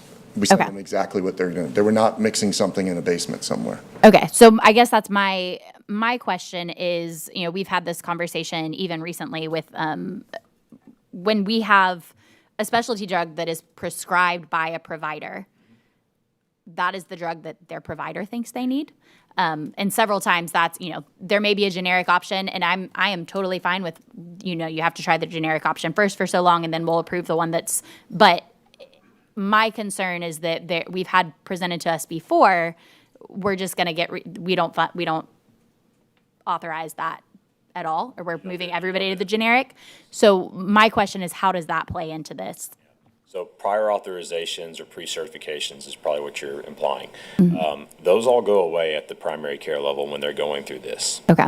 So this primary care doctor, again, because of how they're measured to reduce your healthcare costs. Okay?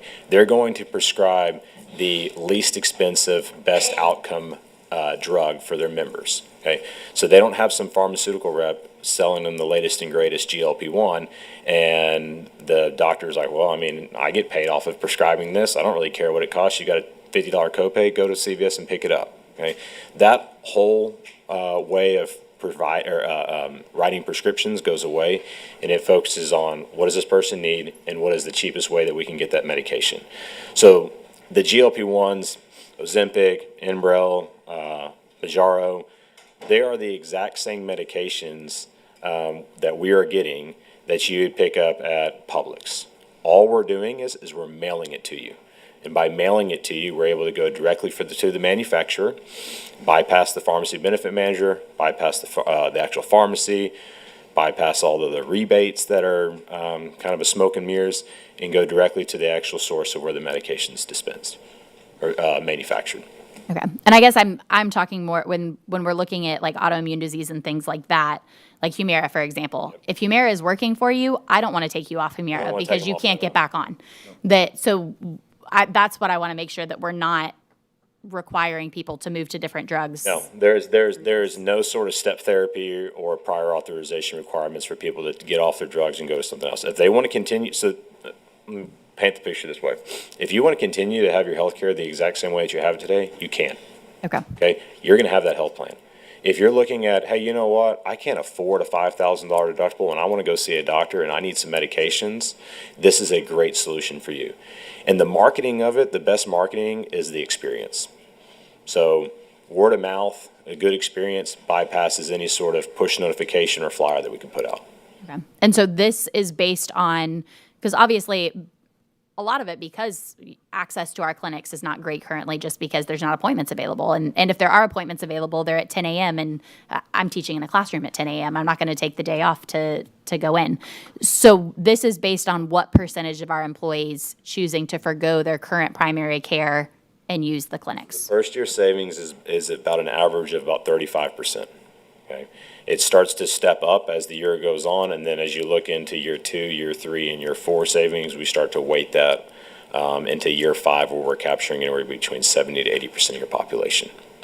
The way that our clinics, again, the way that we set up our clinics is there's near site and there's on site. I'm not a big believer in on site. Okay, my wife was a school teacher, and when she got sick, she never wanted to go to the actual on-site clinic. Like, why would I go to my employer whenever I'm sick? So what we look at is on a heat map of like, hey, where do people do their lives? Okay, where's the nearest Publix? Where's the nearest Chick-fil-A? Those are the places where we want our clinics to be. Okay, thank you. But if there's an opportunity that you guys already have an existing, like you do here, we're more than glad, because people already know it and exist it, to be a part of where it goes. Yep. That's the second part of the RFP. The suggested model of having those multiple ones outside is going to be based upon what your existing infrastructure already is.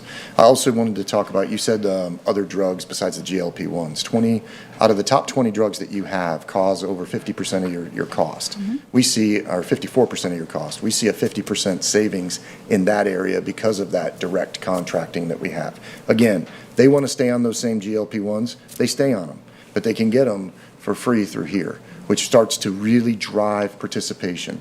When you have people that are hitting their max out of pockets before they even get to March, right?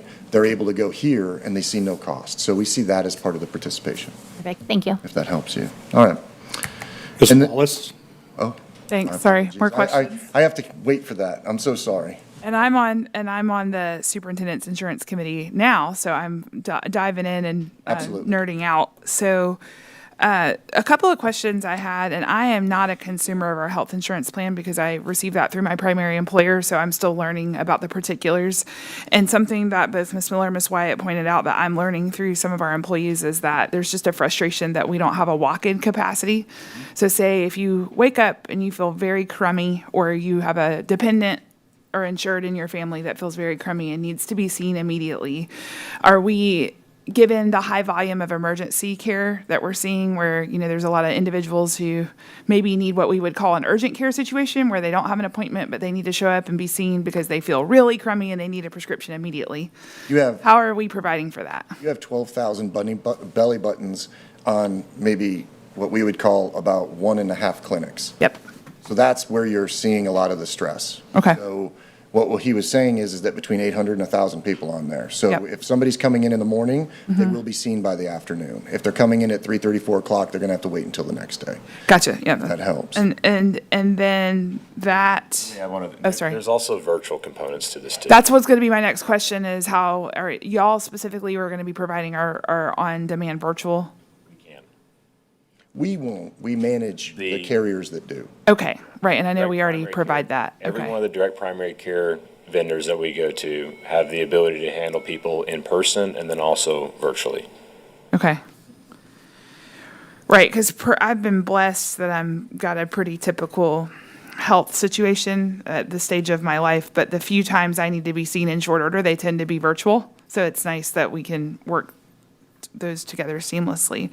And then with GLP-1s, I know we're still learning as a nation, especially with large populations, but given how successful they are at reducing the at-risk factors for high blood pressure, diabetes, all those other related chronic conditions that come with obesity or insulin resistance, are we seeing, they are $500 a month is a lot, but at the same time, as more people are using them, are we also seeing a reduction in high cost claims or other catastrophic events that come from untreated lifestyle changes?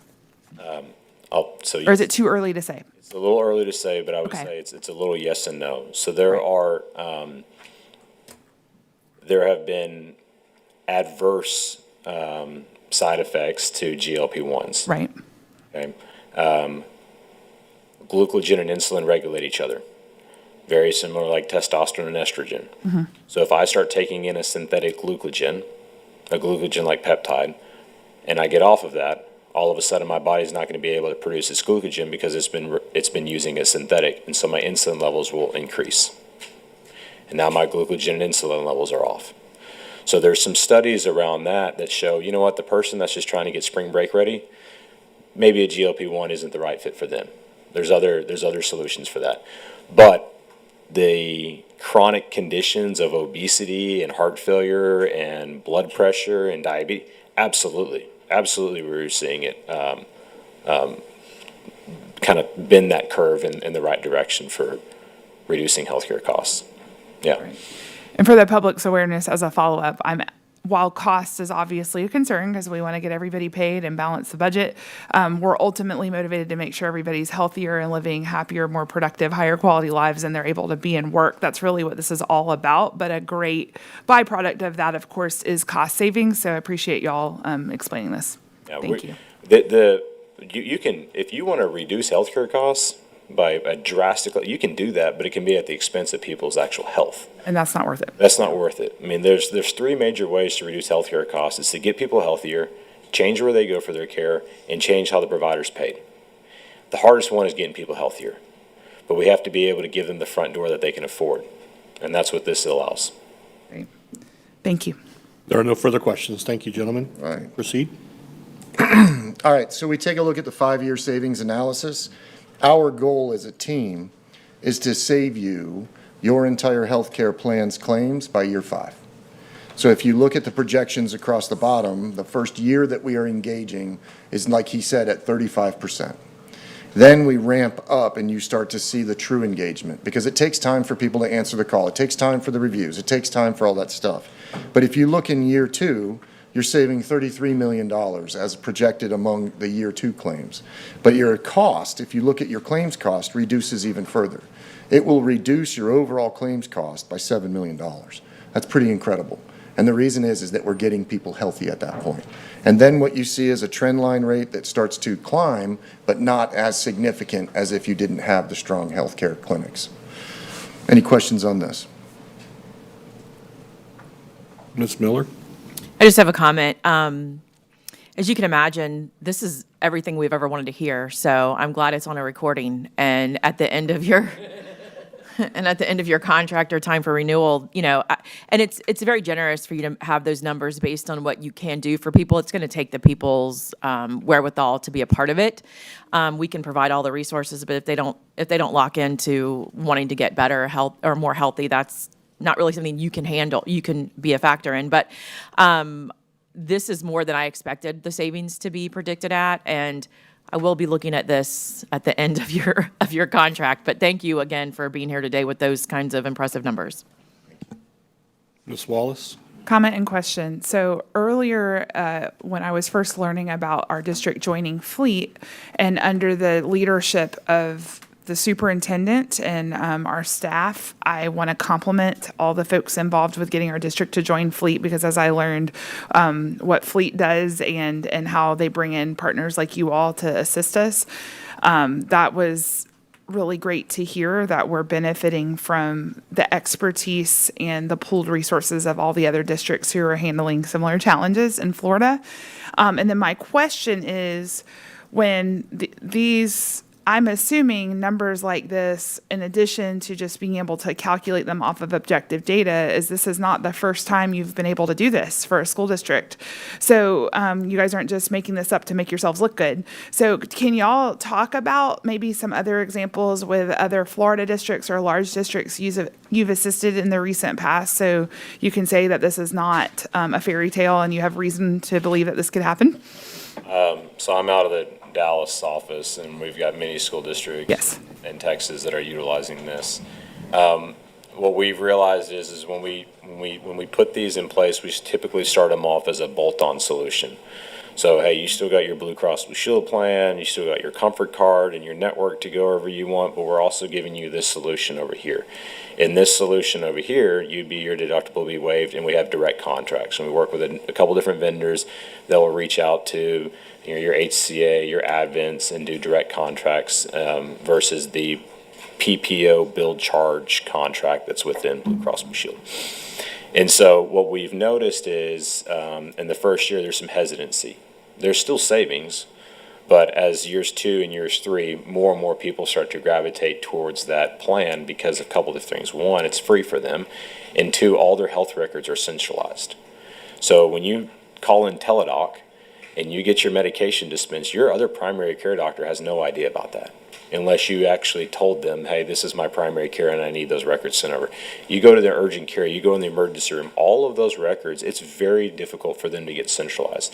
So when we started to be able to centralize all those health records, we were able to get much better data and be able to pinpoint our high-cost claimants a little bit more effectively. And so that's really when you start to see that curve bend. And then as you can see in the years 29, 20, 30, like it's going to normalize, okay? Healthcare costs and inflations are going to continue to go up. What we're trying to do is create that spread to be more of a triangle at the end of it than it just to be a line. So you had mentioned I can't name any of the schools, unfortunately, but I mean, we've got thousands of lives that are on this right now. So you had mentioned 2 things. One, where are we at in Florida? And the other one is you kind of hinted towards the costs and stuff like that and other providers. To let you know about how Fleet's leverage works. I was on the call with a hospital group this morning on my way here. And the comment came across, because we do a lot of the direct contracting and we oversee it. The comment came across, it was a small rural district that we have, and I'll give you those names of the schools here in a second. And they said, well, we're the only provider in the entire county. And I was very quiet, and I said, I understand that, but we're going to come out and you're going to work with us on a reduced rate and all that stuff. They said, why would we? We already have you. I said, well, you don't have us in all the other counties. So when I start saying Hendry, DeSoto, Charlotte, Indian River, Okeechobee, Brevard, I can go on and on. We've already got 5 RFPs back that have hit better than what we thought. So we're showing that right now.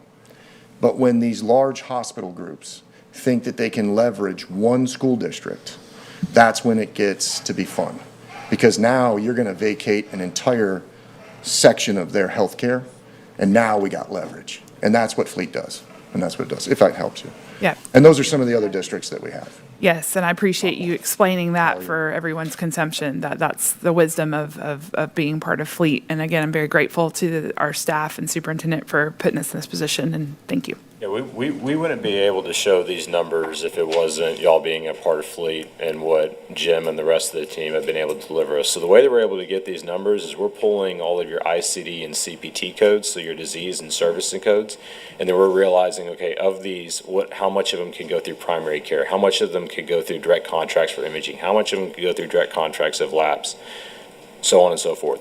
And then we basically have little levers within that tool. And so we say, okay, we think we can impact GLP-1s by 30%. We think we can impact urgent care by 50%.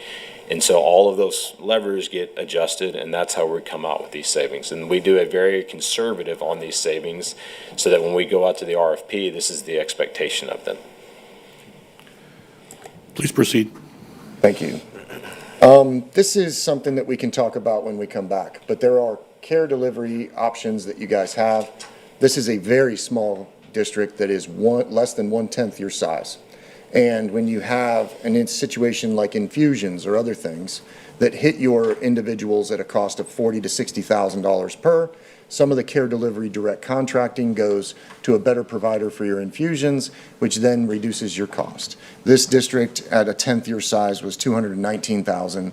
If you were to move to something like this, which there's a couple of vendors out there to do it, you would be saving about $2.1 million.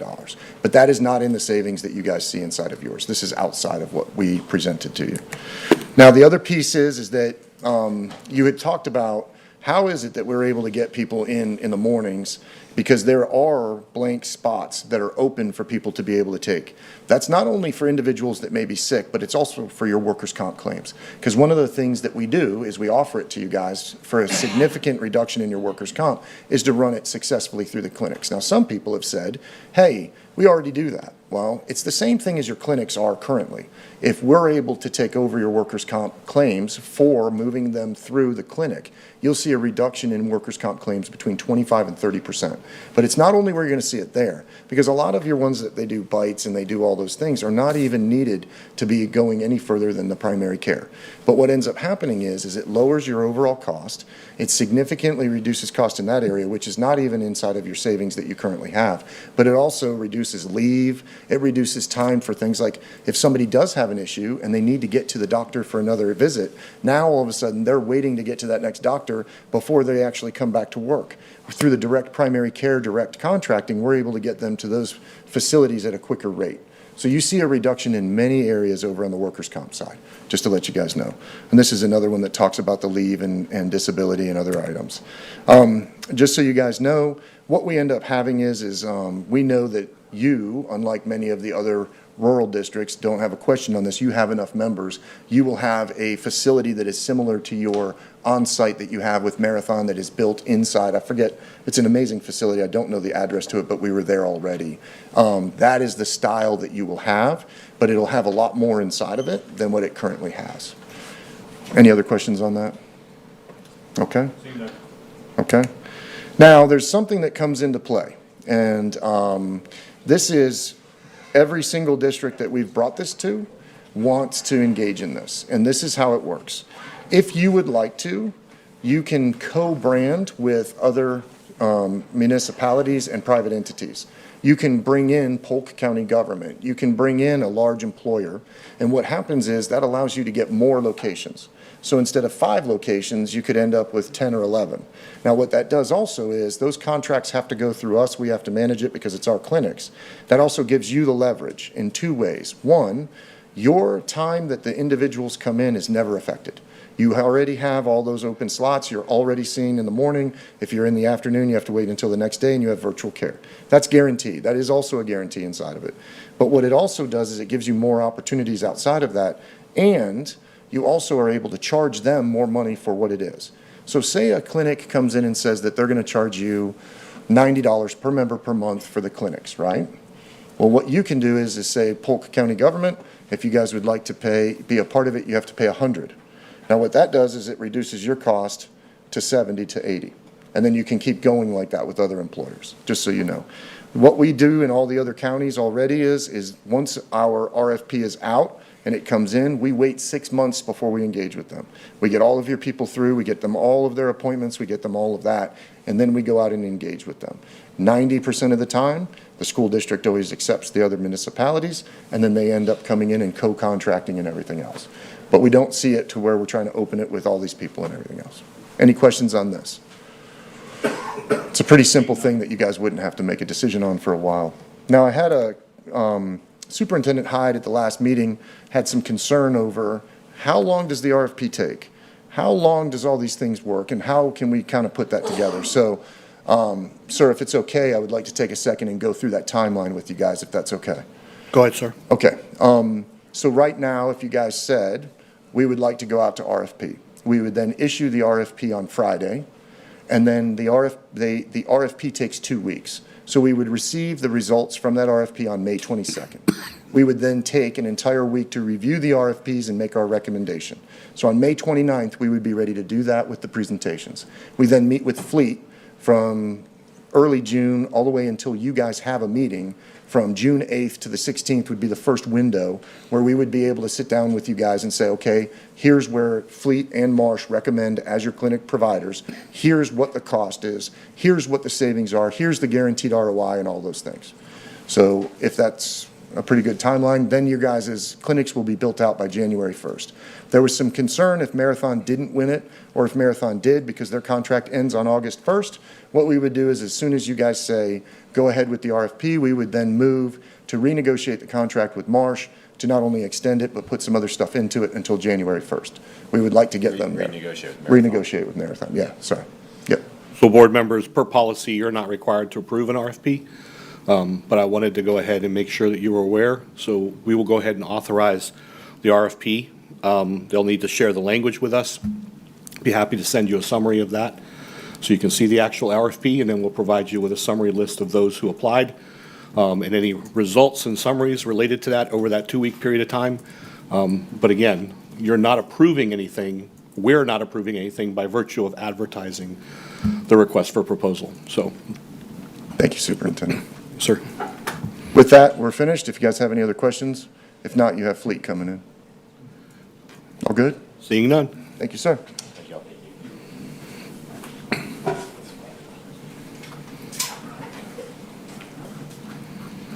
Our next set of speakers this afternoon is Alliant, and we have Jim Powell and Joe Logan. As you all are aware, as the board is aware, we've had to pledge general fund dollars in the past due to our 11208 filing. We have seen claims lower than anticipated in prior years, and those funds didn't actually have to be transferred. This year, it's looking like we may actually have to transfer general fund dollars into the health fund. So when you hear the presentation, there are negative numbers referred to in the fund balance, and I wanted you to be aware up front what that was.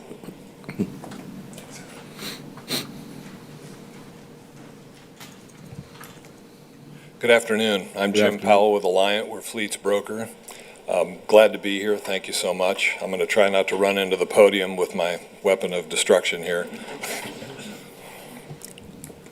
What we're going to be talking about are Fleet's recommendations, as you heard earlier, for the Fleet Healthy Employee Strategy that we're recommending for January 127. The clinics are a big part of that, and you'll hear some of that again here in our presentation, as well as kind of where we've started and our observations of the current landscape. And so that's what we're talking about here.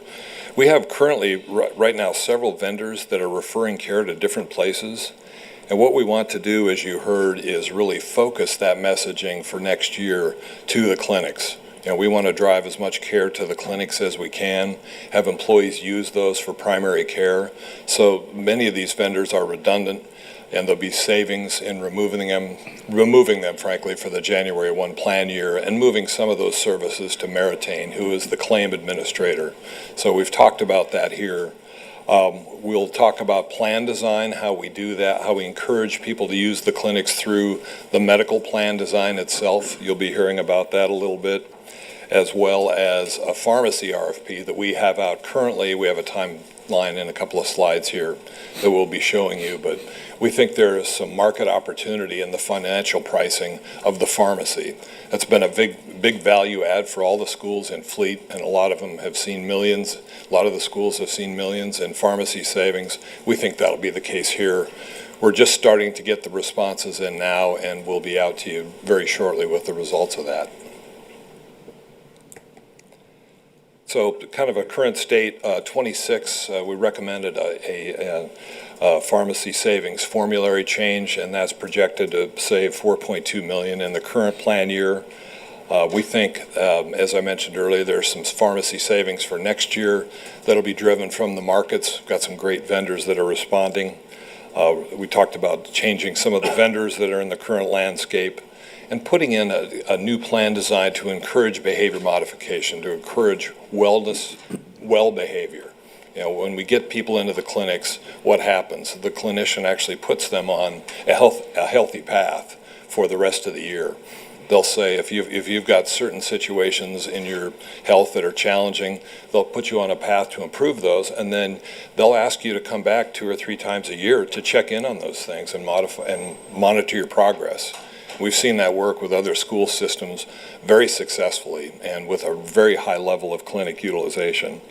There's a plan design as well here with an employer health reimbursement account seed to offset a higher deductible plan that you'll be looking at, so that gives people some upfront dollars to spend. And there'll be an opportunity through their healthy behaviors to lower their health plan deductible for the 28 plan year. So we'll start these motivators, actually is what we're calling them, this year. And as the clinics are stood up January 1, 27, they'll start measuring all these metrics and achieving a lower deductible for the following year. So we have a nice ramp-up time for people to get used to the new model and really improve their health. As you heard, the addition of 3 clinics. So we've got that in our financials that Joe will be going through. So that assumes 3 brand new clinics up and running by January 1. And then we're talking and encouraging you to consider some options for employee contributions. And we've modeled out a couple of different options there for you.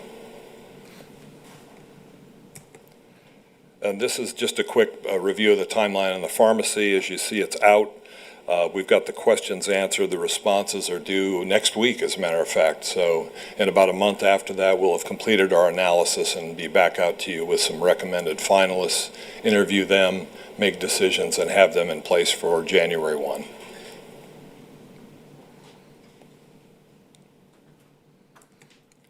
And I will turn it over to my teammate, Joe Logan. If I don't run your foot over first, Joe. It's okay, I'm watching out. This thing is dangerous. Hi, everybody. Good afternoon. We're jumping right into the results from the plan design change modeling. We looked at first your current 2026 year, which we're projecting total expected costs of about $174.2 million. So this does include all of the costs from claims, administrative fees, your marathon clinics, your Quantum and Lantern, all the various vendors that contribute to the cost of managing the healthcare plan.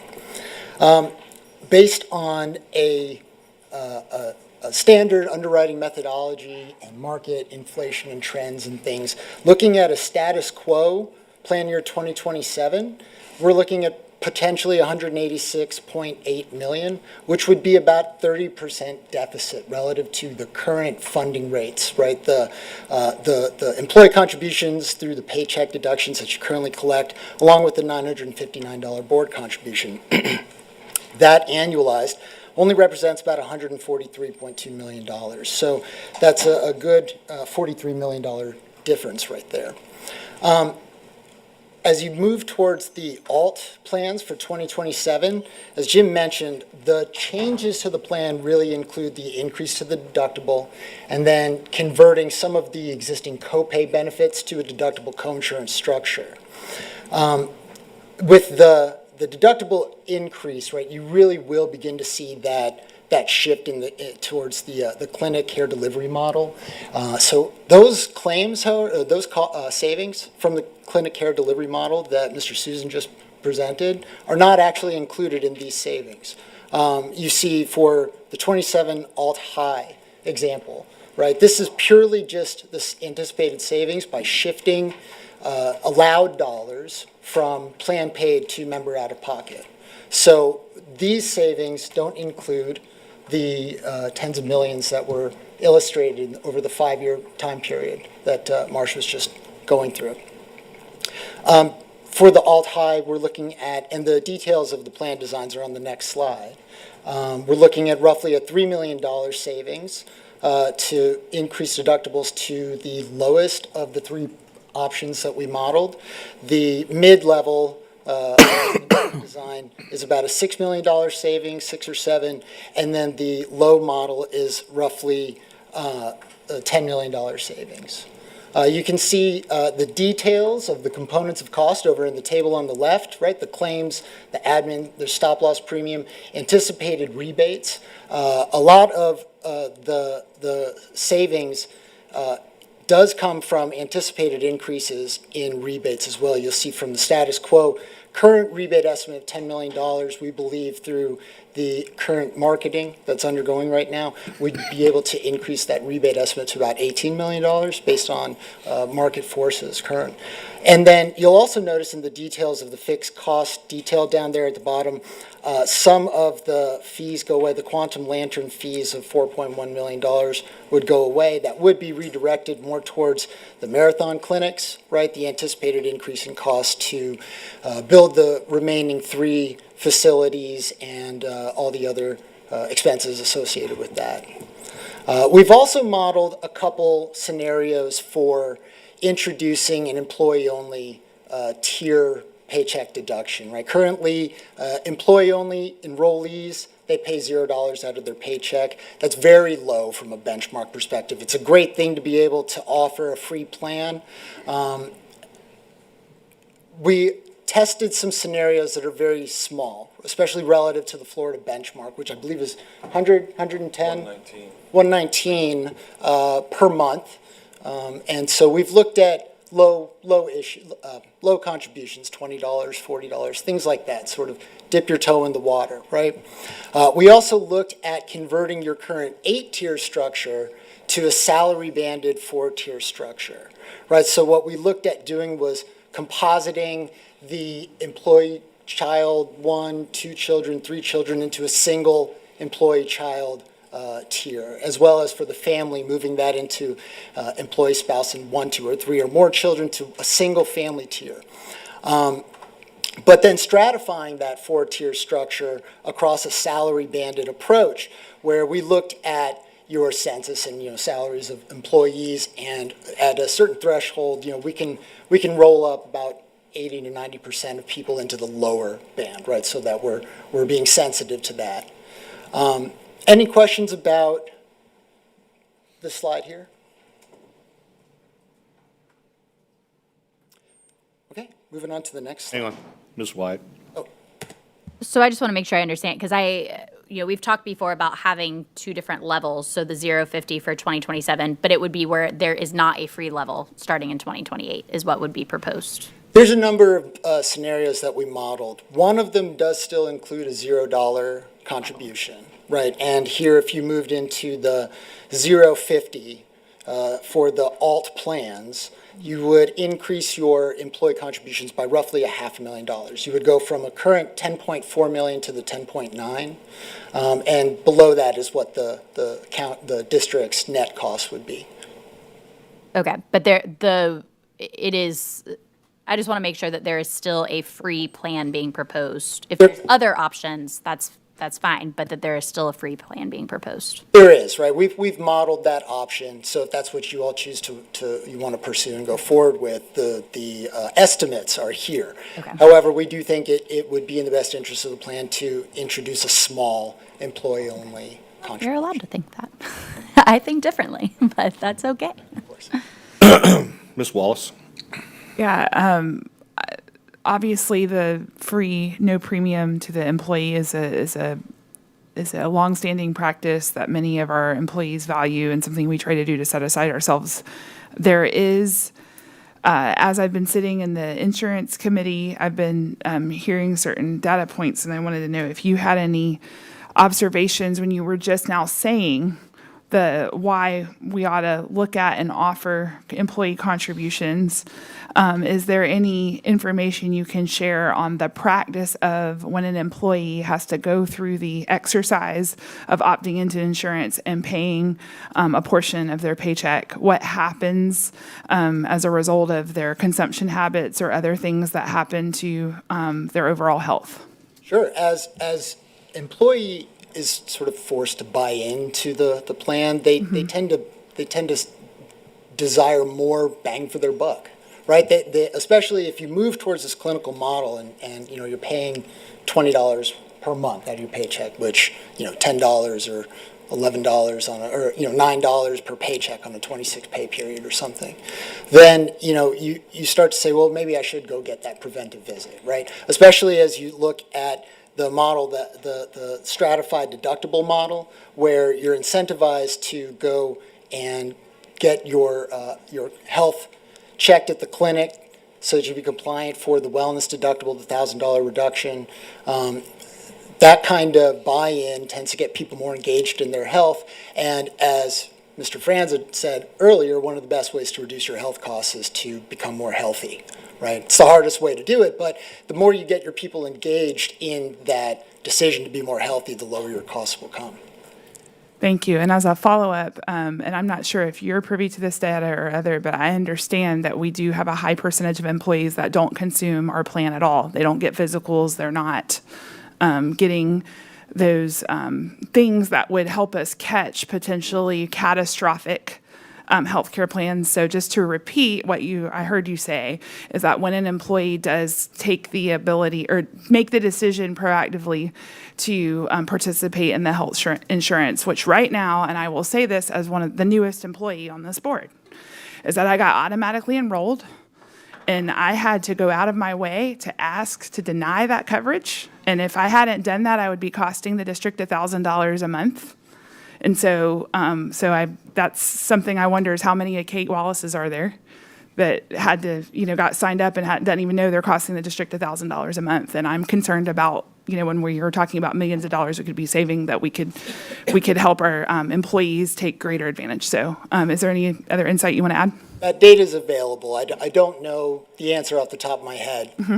From the tables, right, the sort of statistical tables that say this percentage of the population has 0 claims in a year, usually it's around 10%, right? So looking at 20,000 members on the plan, you'd say 2,000 people on average are likely to not have a claim at all, but you're still budgeting the $1,000 per enrollee of the enrollee equivalent of those 2,000 members, right? So that's money that you get them to buy in. That money starts going towards making them healthier. Thank you. No further questions. Thank you.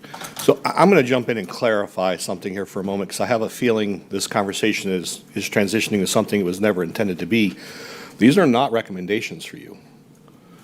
These are examples of things that we should be considering, and then how we define or how we ultimately agree to approach these issues will come to you in the form of a formal recommendation based off what the 2 insurance committees ultimately direct us to do, right? So the Superintendent's Insurance Committee will come to arrival at a decision and model as many of these options as possible, because I'm not concerned necessarily about board members.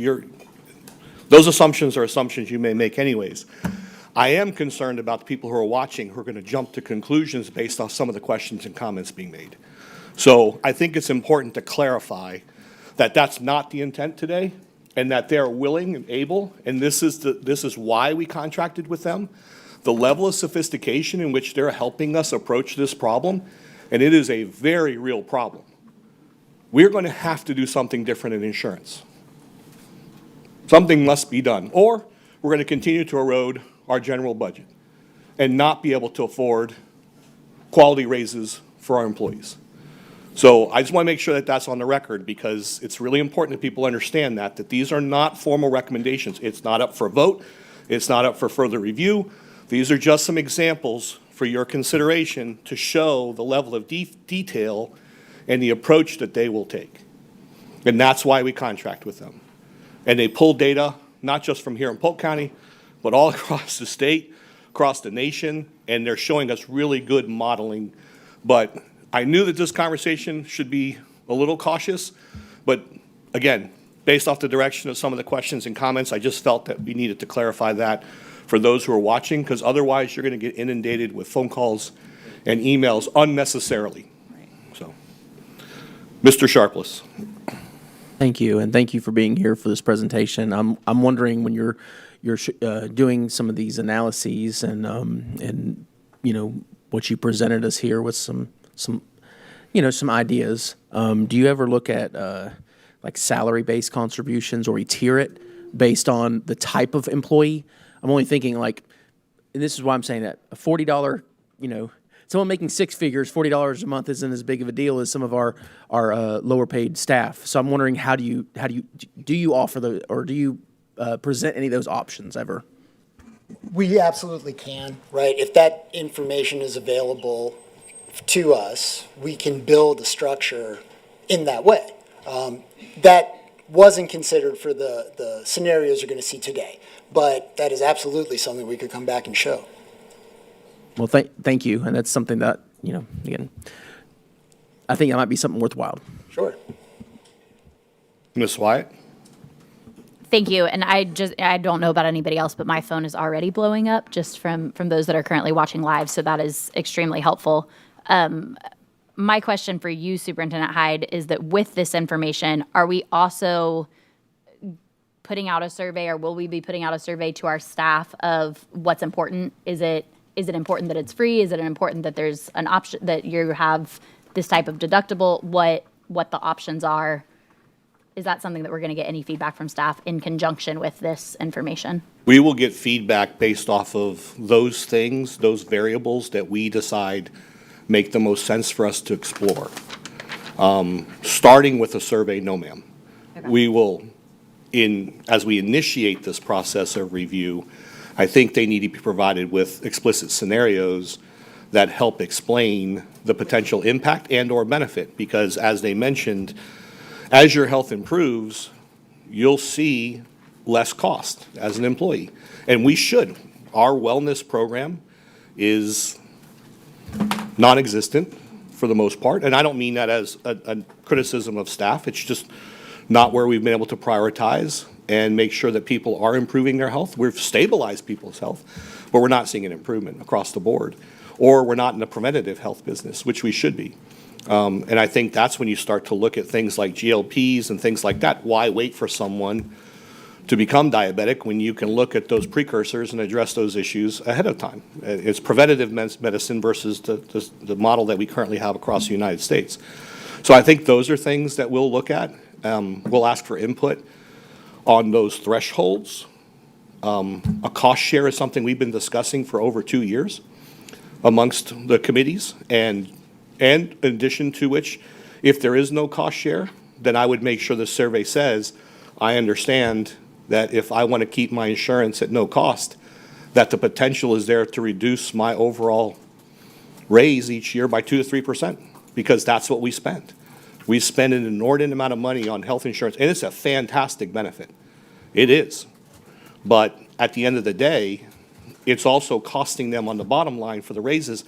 And until, other than the last 2 years, where we have been very explicit about saying this is what we had to contribute to insurance to keep it free, no one's ever remembered that correlation, that is a benefit that you cover as a board.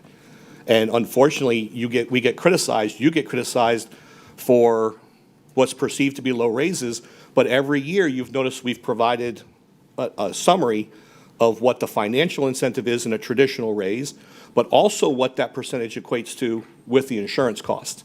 Because I think we have to continue to make that connection, because people don't perceive that as a holistic benefit that you invest in for them.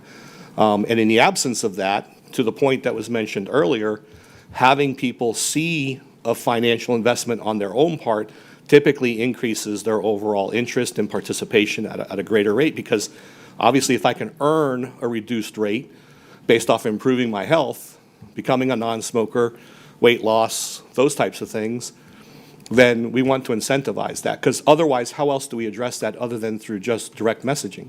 you need to improve your health. But then what's the incentive for the employee to do that? I think there's a lot to this conversation, and I know it's a longer answer than you expected, but it's not going to be easy. But yes, ma'am, we will get feedback before any final recommendations are brought before the board. But you will, ultimately, we will have to make some tough decisions about where to move next with our insurance plan. Thank you. Well, and I do appreciate having the tiered options, because I don't think our employees, I mean, if you ask 10 different employees, you'll probably hear 10 different answers of what's important to them.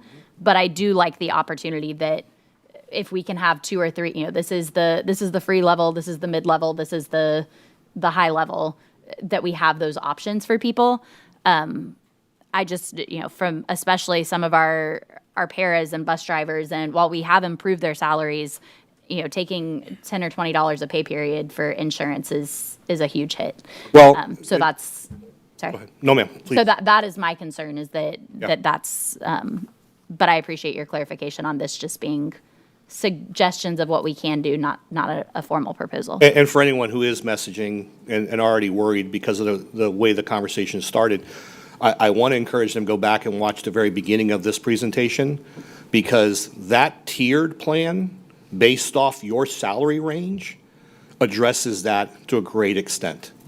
It is not presumptive to say everyone will have to have a $100 copay or contribution each payroll period. That's not what's ever being contemplated in that. But I love that model.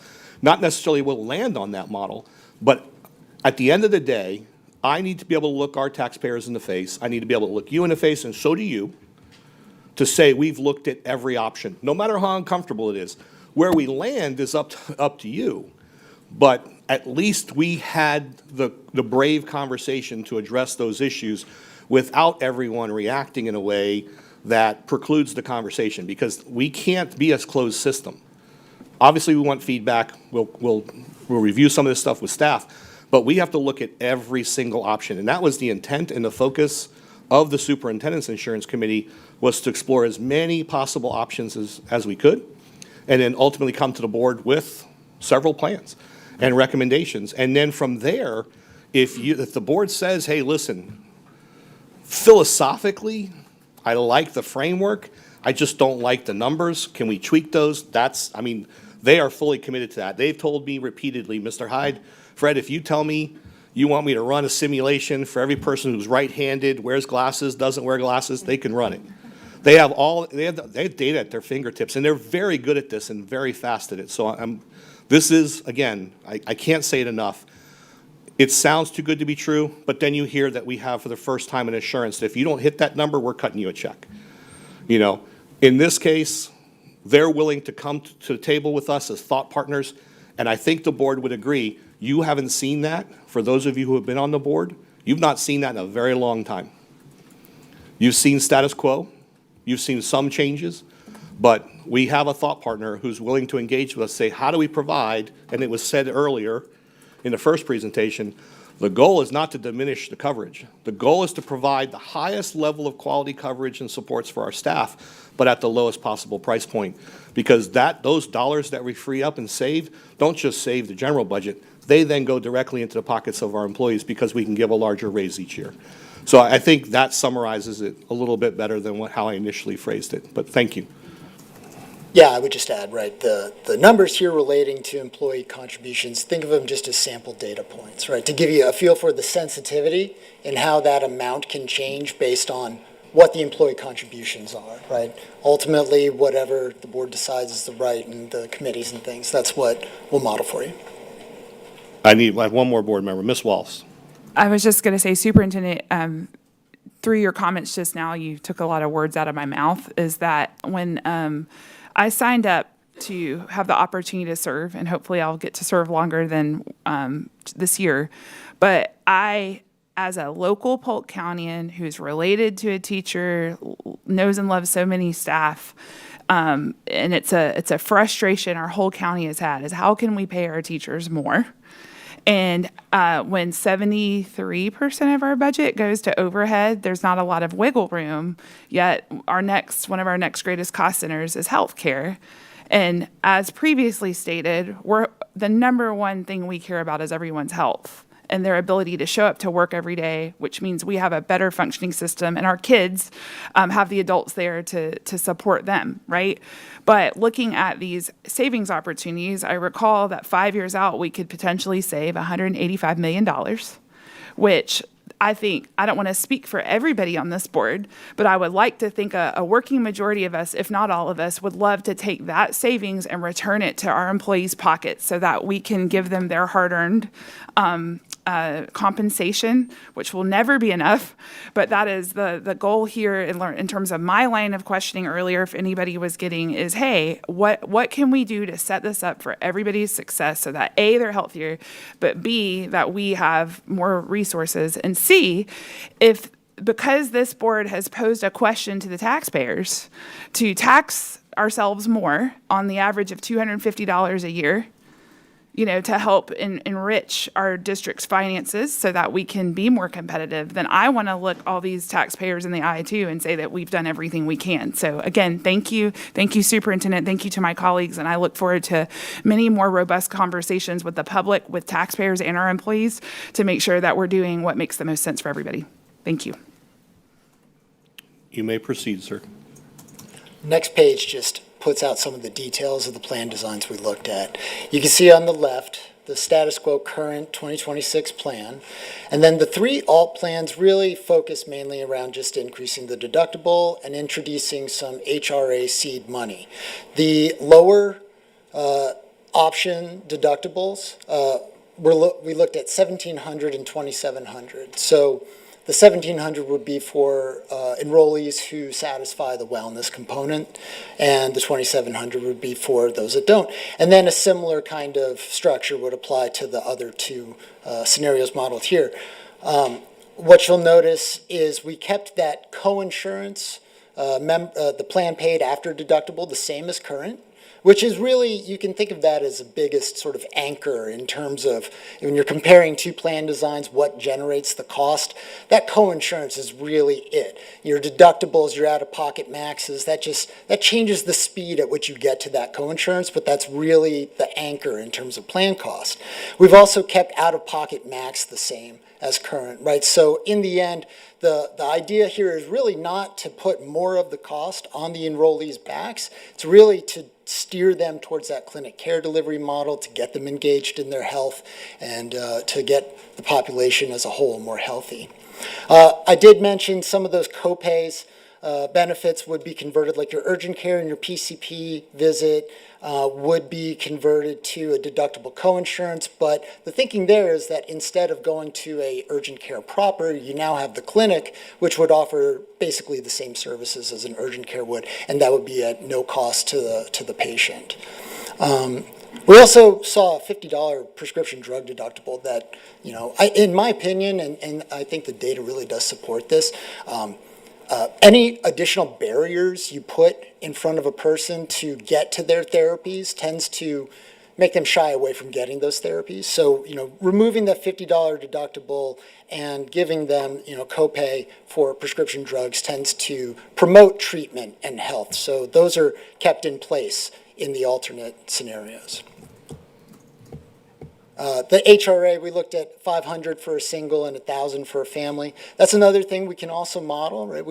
This is an HRA as opposed to an HSA. I'll just talk the difference a little bit for those who aren't aware. An HRA, the district owns that money. It's money you provide to the member. It goes in an account that the district owns.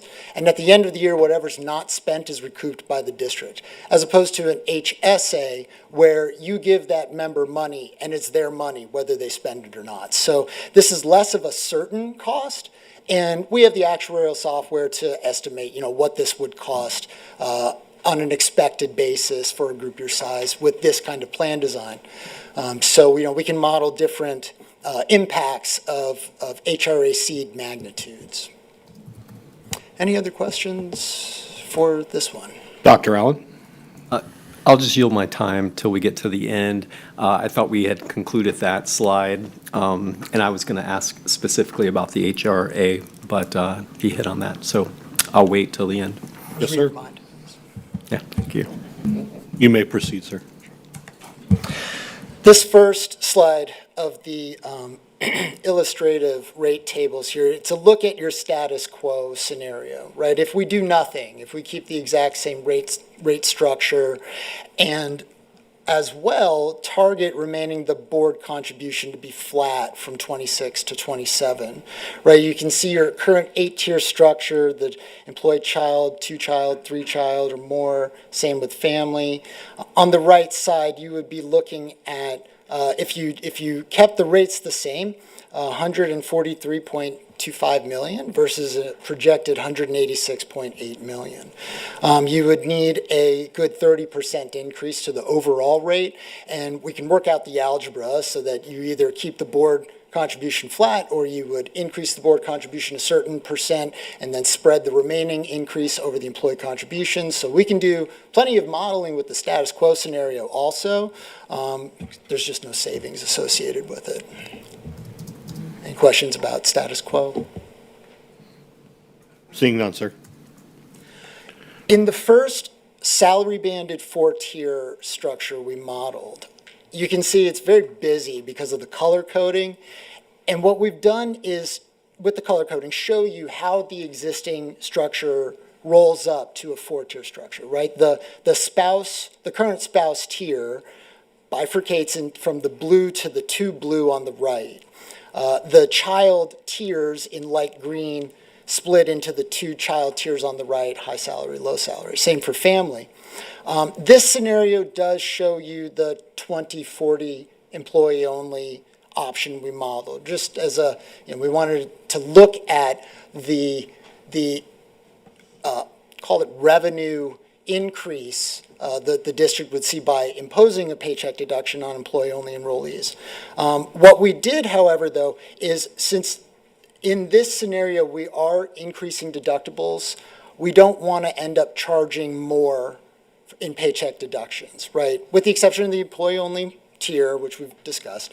So we basically did the algebra so that the existing amount of employee contributions in the current 8-tier structure, all those dependent tiers, is maintained flat. It's just sort of averaged across the amount of people that fall into that tier. So the only increase you see from the employee contribution columns, right, you see the 10.445 at the bottom of current side on the left to 12.619 on the 2027 side. That increase is only through that employee-only tier, right? We're not on average increasing the paycheck deduction of spousal enrollees, child enrollees, or family enrollees. The amount itself does change as a consequence of algebra, but you'll notice if you compare the spouse tier, for example, the 90%-ish spousal enrollees would have roughly a $30 lower copay to keep spousal coverage in this scenario.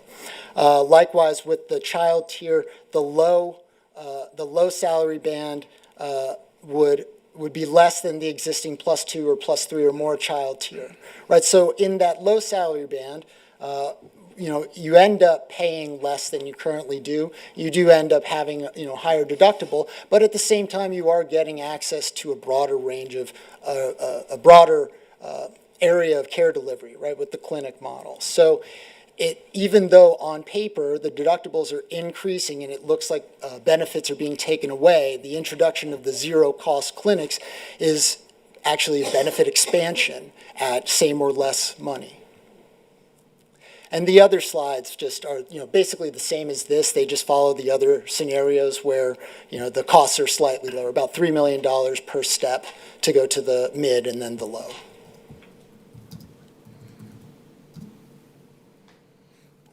You may proceed. That's about all we had. Dr. Allen, would you like to come back for your questions or? Sure, I appreciate that. Dr. Allen? All right, thank you. I'm definitely can get excited about the idea of disruption. I think for me, it's going to be more on the actuals rather than the projections, right? So I don't want to get too emotional and excited about projections. But when we get the actuals, I would be excited, right? So I think, So you didn't go to that last slide, so I did have some questions on the last slide. I think it's one forward here, yeah. Because, I mean, I think this is a critical strategy, right? That's a part of this as it relates to like this behavioral compliance that we're looking for. And, you know, I like to rub it into Lisa Miller, you know. Usually I did wake up and I got my 4.5 mile run this morning. But by doing that 4.5 mile run this morning, I can eat my M&Ms that I have over here. So, but anyway, when I looked at that chart, you know, in my mind, I didn't really take time to look back at my my blood work to see, you know, if I would actually hit the 7 threshold that's, you know, metriced out here for me to have that lower deductible in a sense. So I think, you know, when you're looking at these models and, you know, we're running these projections, what's an estimation of the employees that are expected to actually fail the wellness compliance? And I'm sure that's got to be a part of your projection. And then, you know, them moving to that high deductible. So I like to know how that would play out in your projections. Sure, and I apologize, my mind blanked forgetting that we actually had this slide. Yep. No. He said he ran 4.5. You know, in the districts that have already implemented an outcomes-based wellness program, as was mentioned earlier in our presentation, we are seeing 70% compliance with these models eventually. And in the 2027 projections that I'm showing, we're giving everybody the lower deductible to start with. So the impact of the deductible split isn't even in the savings that we're showing for 2027, right? And we're giving them the entirety of the 2027 plan year to achieve these, which, right, out of the 10 points shown here, which also this is just a sample, right? This is something that we can modify. Half of those are achieved by 2 activities, right? Going to the clinic and filling out a form is 2 of the 10, and then being a non-tobacco user or going through the cessation program is another 3 of the 10. So 2 activities gets you 5/7 of the way to wellness. And then out of the remaining 5 options here, right, finding 2 of them that you can achieve within a year and a half, especially if this is messaged immediately, right, then, you know, I think by that time you might actually see a higher adherence than the 35% that Mr. Franza was talking about here. You know, I think that's conservative. I think, you know, if it goes part and parcel with the messaging of the deductible increase, right? I mean, it's a sad fact that the best way to modify behavior is more with stick than with carrot. But, you know, to the degree that you're saying, hey, this is going to cost you, but over here is free.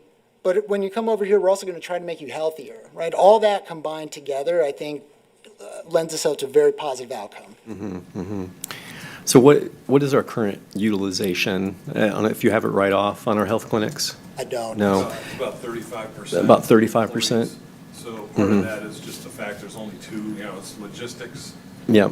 There's also not this kind of a motivation, frankly, to get in and get these values checked and that sort of thing. Yeah. So a big part of this is communication.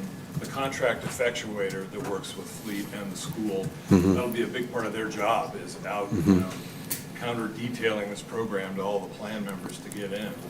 And that first visit when they go in, this is the messaging that they'll be faced with. So it's it's just kind of a whole different mindset that we're talking about. But we've seen it be very effective to, you know, we start at 35%, and the goal after, I think, 3 years, we can get to 75%.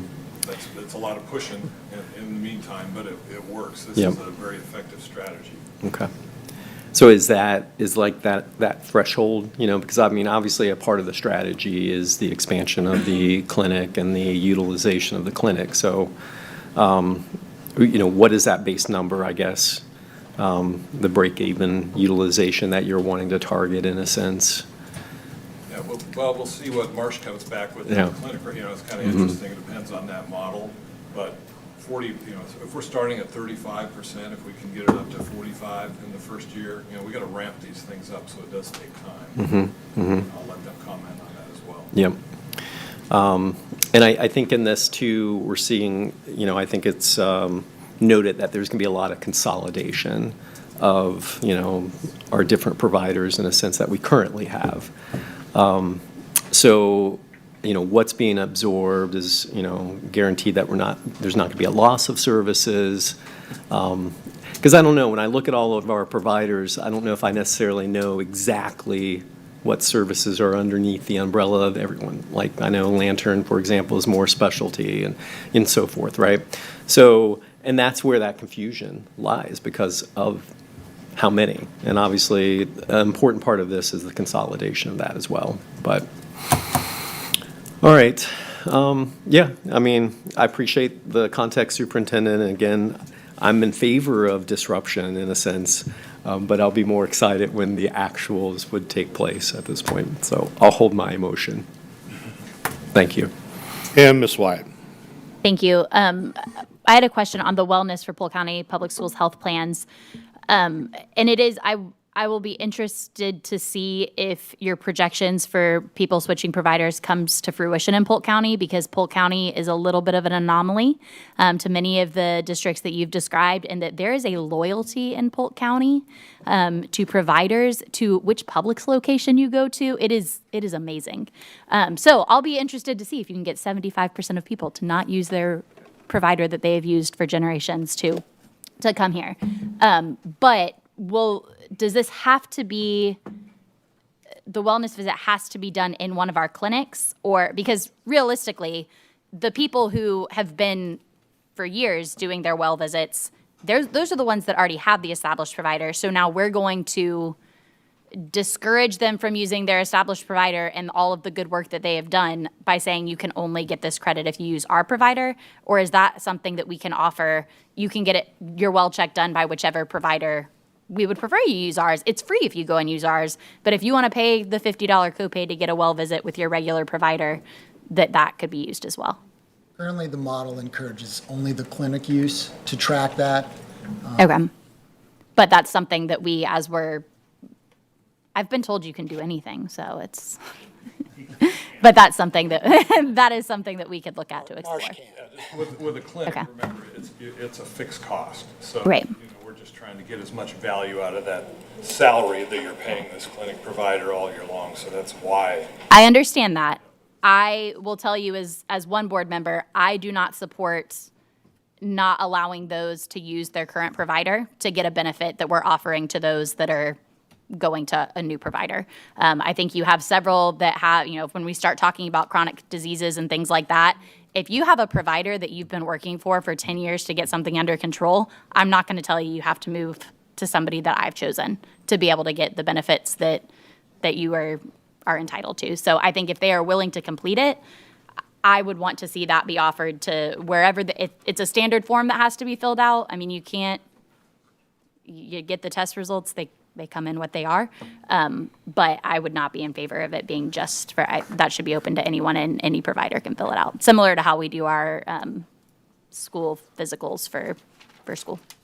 I think what we're more concerned about is people that don't have that provider relationship. Yes, and those, absolutely, send them here. Yes. I just want to make sure that we're not penalizing those who have already been good stewards of their health and are going to the doctor on a regular basis, and making them pay more now because they've created a relationship with the doctor that they trust and know and trust. There are no further questions. I'll just wrap up with a comment. The committees will ultimately make recommendations to me, and I will bring them to the board, and that would be the time for the board to make their decision and ask any additional questions that they may have. I'm a little concerned that throughout commentary today, we've interjected a narrative that's trying to direct this work, and that's not appropriate at this time. So the committee will move forward, we'll explore all options, and then we'll bring that back to the board.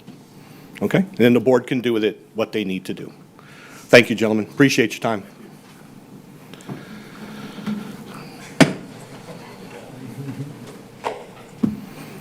Mr. Mr. Chair, you had asked that we wait to do a break after the next two items.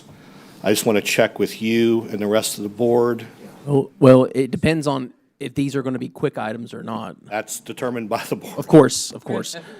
I don't think there will be as much interest as the fleet presentation. That's, And I'm only bringing it up because I need to make sure that the team, the communications team, knows that we plan to go to break. So I'll just do a informal poll. Does anyone really want us to go on break now?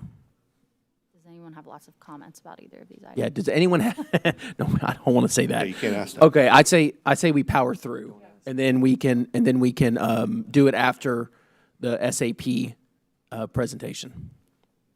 Okay. Superintendent? Yes, sir. The next item we have before us is the IBM Data Warehouse Phase 1, Amendment 4. Board members, I do need to make one point of clarification. While it shows a financial impact, this was already included in the original bid price. There is no new fiscal impact to the district. This was assumed at the time that this contract was initiated, so I just wanted to provide that clarification, given its dollar amount. You're going, I think. I think they're there. There we go.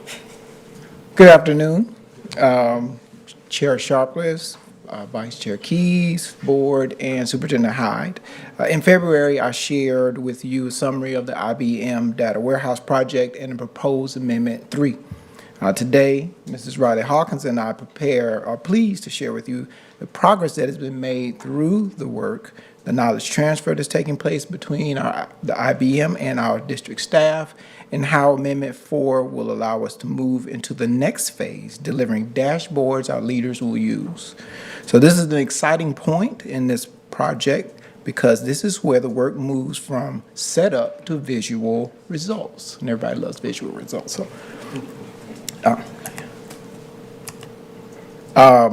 Amendment 4 is the contract update that allows us to begin to move into the setup for work and into building our dashboards. It focuses on turning our student demographic and performance data into clear, easy to read reports and visualizations.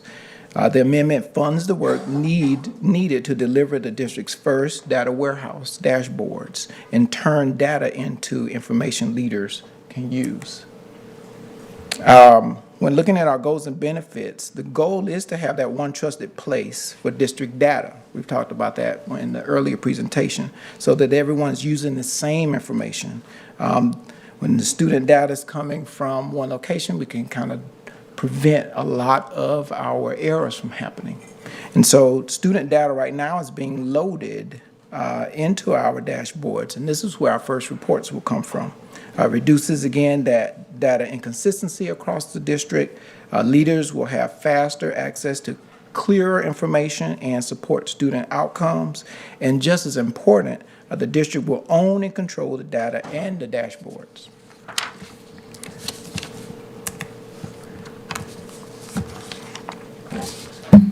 This slide is important because it shows the overall journey, not just Amendment 4. So currently, the district is focused on bringing the student demographic and performance data into the warehouse. District staff and IBM work together in the steps. So this is key because this is one of the first places where that knowledge transfer is happening where we really need because our staff are learning how to import that data that supports these dashboards. And then going back to that overall goal of having that centralized location for our data, we're able to provide those meaningful, reliable dashboards that we're trying to build. When we're looking at our warehouse roadmap, you can see that this work is being completed in planned phases, not all at once. So the roadmap also highlights the initial knowledge of transfer that shows our district's moves from our district move to independence within this project. And then our foundational work, such as our data governance and our data quality, has already been completed. The current focus under Amendment 3 is loading the student demographic data and performance data into the warehouse. And the approval, if approved, Amendment 4 allows us to begin to build those first dashboards that our leaders will see. Also within that Amendment 4 is where our district staff learn how to build, maintain, and support the dashboards and the data warehouse going forward, moving Polk closer to that self-sufficiency and independence for our future phases and dashboards. So this is a really exciting part. All the other phases and amendments have actually been the groundwork. We're behind the scenes doing everything. Nobody has seen anything yet. So this is the exciting part when we move into Amendment 4, because we start building dashboards. So what happens is we have a lot of this information already in other locations where we're going to be able to transfer this. We don't own that. We have things in Zeta, we have things in Qualtrics, which are annual contracts that we constantly have to pay for. We are now bringing this in-house, put it into our own warehouse, and we start building those dashboards to completely align with our work. So these are kind of the first 5 that we're going to start off with. With data quality being something new for us, we're going to be building dashboards to make sure all of the information going in is actually got quality. We're humans, we're putting things in, we've got to make sure everything that we're pulling out of our sources is accurate. So that's another one that adds a great opportunity for us, which we haven't had before. So surveys kind of sit in Qualtrics. We'll still be doing their surveys. Our dashboards will come to something that we manage and have vision for. The other ones that we're in Zeta, we won't have that contract anymore. We will be building them. And this also gives us an opportunity to not have vendors generating how we make decisions. When we have a vendor, then we have to put in a change request, and what can we put onto that? And that could take anywhere from a couple of months to 6 months. We will now be able to work in-house with teams as far as what we want to visualize, what we need to move ourselves forward. So this is a really exciting part of this project. It's taken us a while to get there. I've been told to slow down, to move, because this is really what I want to see and get in front of all of our staff. Some examples, I mean, these are just samples for you to see kind of what we're envisioning, but we will have teams that we get together having input on what we will have bringing forward once the data is available to build the dashboards. So kind of a mock-up, we should say, is like we will have district, region, and school summaries. We will have filters where you can identify the exact information you're looking for to get questions answered for yourself when you have something. You don't have to ask one of us to get you. You have to wait some time, then you have to come forward for you able to get the answers that you are questioning. So this is kind of like a mock-up. It says sample there just because we want you to get an idea that we're visualizing. Those are some aggregated data. So maybe like a principal, we'll get them together, we'll say, what do you want to see when the first 5 minutes when you walk in that day? So that they can get a snapshot of what's going on their campus. And behind all those numbers are going to be easy tables to identify who are the 50 students that have a unique discipline incidences. That will drill down for everybody to get that information at their fingertips when they see the dashboard and have additional questions.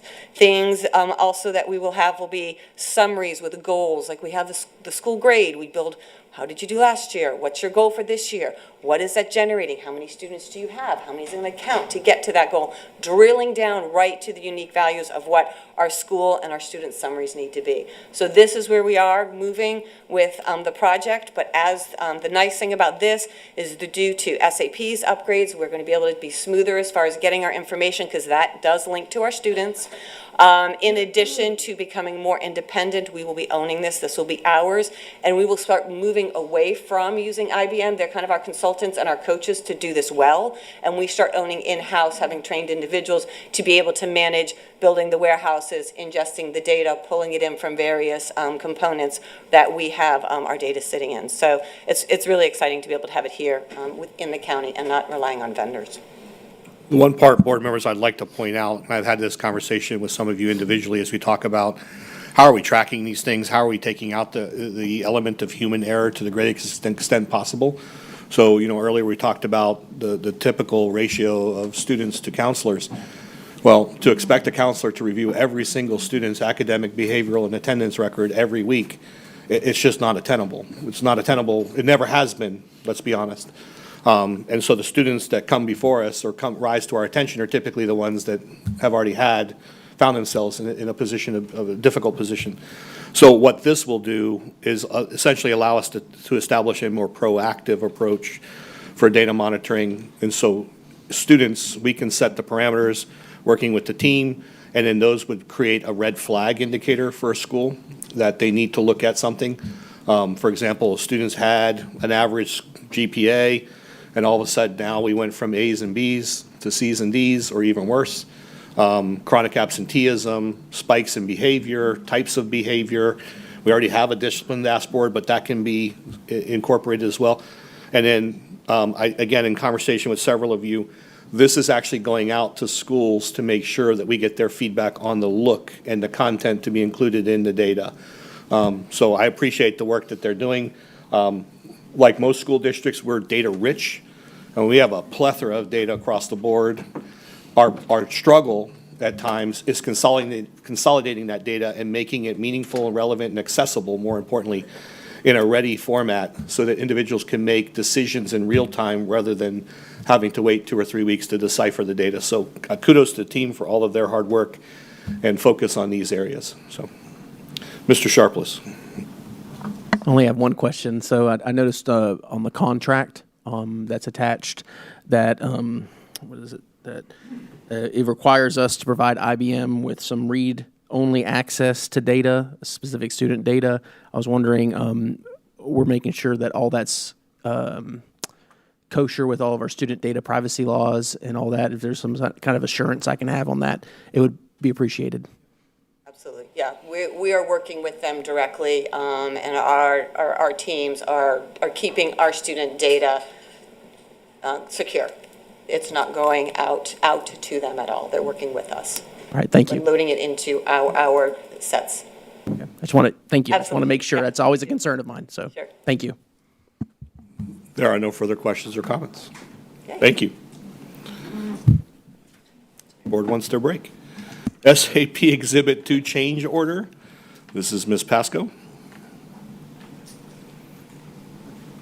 Hi, how is everybody? Haven't seen y'all in a while. If I may, Mr. Hyde, I just wanted to add one piece to Mr. Sharpless' question. Anytime we work with a vendor, any private data that is not publicly available is anonymized. So that's how we work with the vendor. We also, all of our contracts, we do require them to sign data sharing agreements above and beyond, but they are all subject to all of those contracts to keep that data private and to be very careful with all those pieces. So I just wanted to add that to you, that's any large vendor that we work with, we do that. You're welcome. Speaking of SAP, and I know I stand between you and a bathroom break, couple things. One, when we initially started about the SAP upgrade, as you remember, it was in 2 phases. And we brought to you the proposal for phase 1 and phase 2 and what that was going to cost. The vast majority of large implementations increase in price. And the reason they increase in price is as you start down that implementation, you find that there is new functionality that you were not aware of or a new need comes about. We were aware of that, and through Ms. Jenkins' budgeting, the proposal we have in front of you today was budgeted for. She gave us, when she budgeted, she did not give us an open pocketbook, but she did budget, as she should, being financially responsible, of if we have to have some extra, this is where I've set aside a little bit of money, and we'll see what happens there. This is one of those cases. This did come up in the fall. There was a little bit of a communication snafu with SAP, which is why we did not bring it to you in the fall. My apologies for that. This is to take our Employee Central dashboard and to translate it into Spanish. This is primarily focused to our employees, our custodians, some of our food service workers, some other people that we employ who speak primarily Spanish. And if you remember, a big part of this upgrade was to have employee self-service. So we want employees to be able to see their data first. We want employees to be able to look at their data. We want employees to tell us when their bank number changes. And we don't want them to have to be independent to get to someone else, just like much of what you just talked about with the health environment. We want them to be able to do that when they need to do that. And language can be a very difficult barrier. So we want to be able to do that. Now, what this monies pay for is they pay for SAP to configure the system. So they go in and they do the initial coding for all that configuration. That then opens that up for Spanish. We have that permanently. We don't redo this again. We then start to work with them in something called workbooks, and workbooks are essentially big spreadsheets that talk about the data that we're going to put in there, and we use that to check and make sure it's right. And then the ESOL department that has translators works with us to translate that again.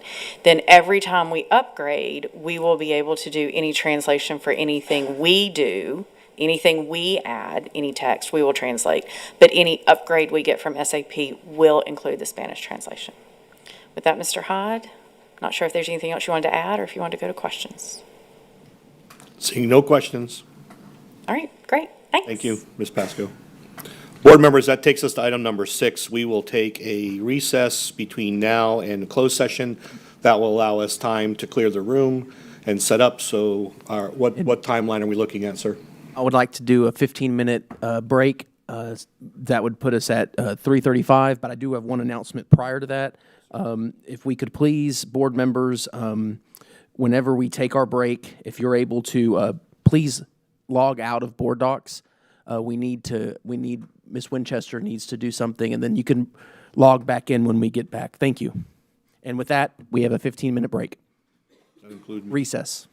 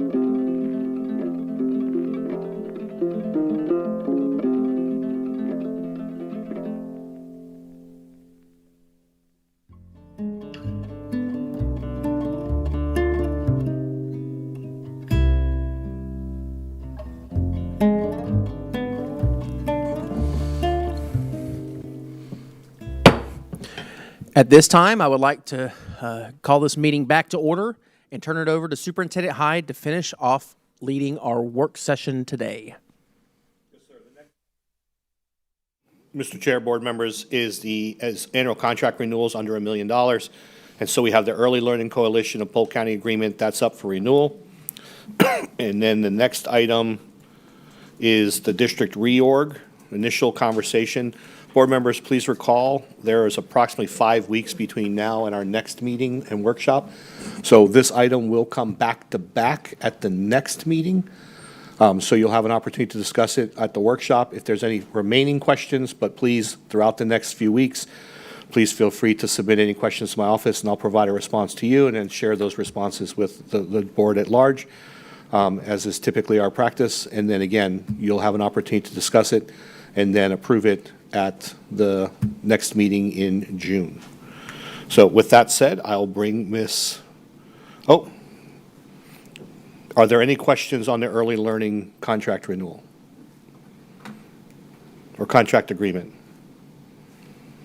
Seeing none, we are good. Thank you both. Thank you very much.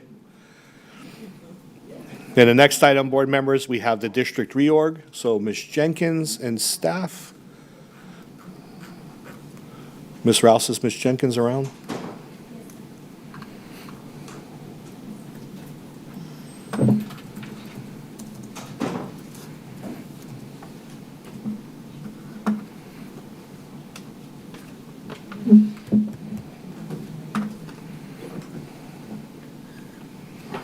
Since we have a break, Superintendent Hyde, are we going to practice our interpretive dance for next year? Absolutely not. What is happening? There will be no interpretive dance. I almost did, you're right.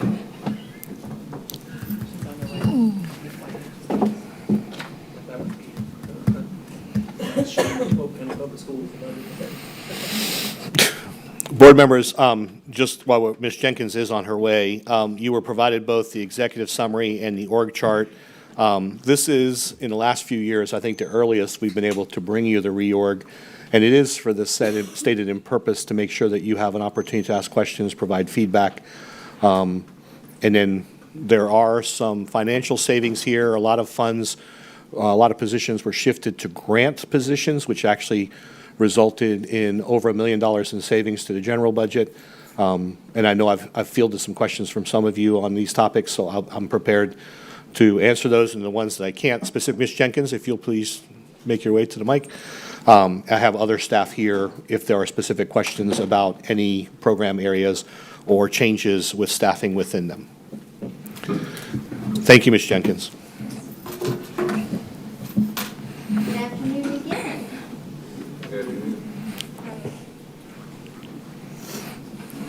Apologies. The board will find that you have a couple different attachments. We have a summary document.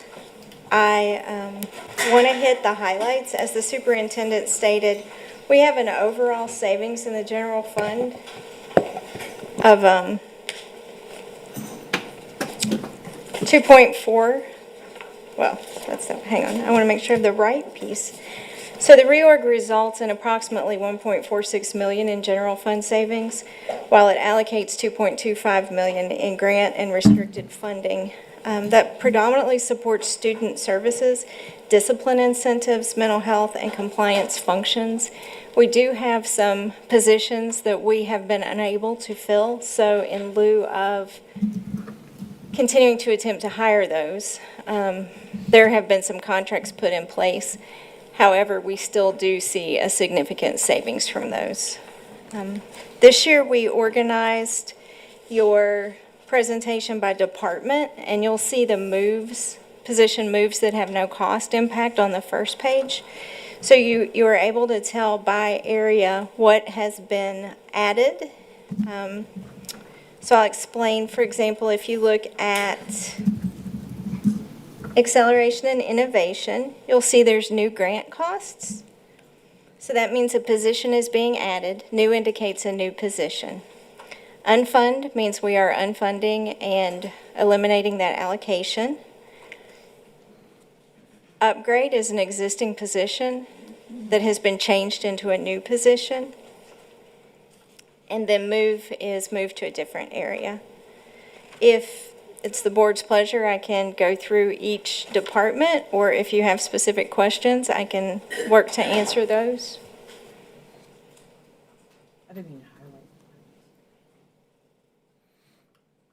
I see questions. Ms. Wyatt? I'll defer to the board on whether we want to go through them individually, or I can start asking my questions. 3 of you have clicked, 4 of you have clicked to speak, so we might as well start there, and then we can go through a summary. All right. And Superintendent Hyde, thank you for taking my call earlier today to go over some of these and just to get clarification. Yes, ma'am. He and I spoke about this. So the community liaisons came originally several years ago from Winter Haven Public Education Partnership, and some concerns that the community had with being able to cut the red tape to get into schools. As I shared with Superintendent Hyde, I am fully confident in them moving to Jennifer Rouse because it's Jennifer Rouse. My concern would be if she ever goes away, which I'm hoping she never does, but if there's somebody else in that position that is not that doesn't necessarily understand how do we get to yes, and how do we, if we can't do it for reasons that we can't do it, then we can't do it. But a lot of times it's a slow yes as opposed to a fast no. That would be the only concern I have, is that long-term, making sure that they're reporting to someone that can help cut red tape, which again, I have full confidence in the current, but that would be my only concern with that moving forward. I also had a question which Mr. Davis and Mr. Hyde were able to answer on unfunding a bus driver. So I don't know, Mr. Hyde, if you want to share why we're unfunding one bus driver. So it's not a driver per se, it's a vacancy. It's one of several vacancies that have remained unfilled. The staff are confident that that position is unlikely to be filled. And as a result, that position was moved as part of the HR improvements, and that position will focus on bus driver recruitment and retention, and will also focus on bus aide recruitment and retention. So the position's been reassigned due to persistent vacancies that we have within the budget. Thank you. I just want to highlight and say thank you also when we're looking at the Fine Arts Department. Obviously, we lost Miss Cummings this year to retirement, and one of her specialties was performing arts. So I just want to say thank you to the team for recognizing that that was a void in fine arts, having somebody that truly was their bread and butter, and that they had a clear understanding of that countywide. So I'm thrilled to see that we have an opportunity to have that maintained by having a person in there to specialize in that. And then my last question is more just overall, as we're looking at, it is great that we're being able to move so much of it to grant funding. It creates quite a bit of extra in the general fund. My concern is, as we have heard lots of mumblings about grants over the past couple of years, I know that for next year, most of the federal grants are already funded and approved.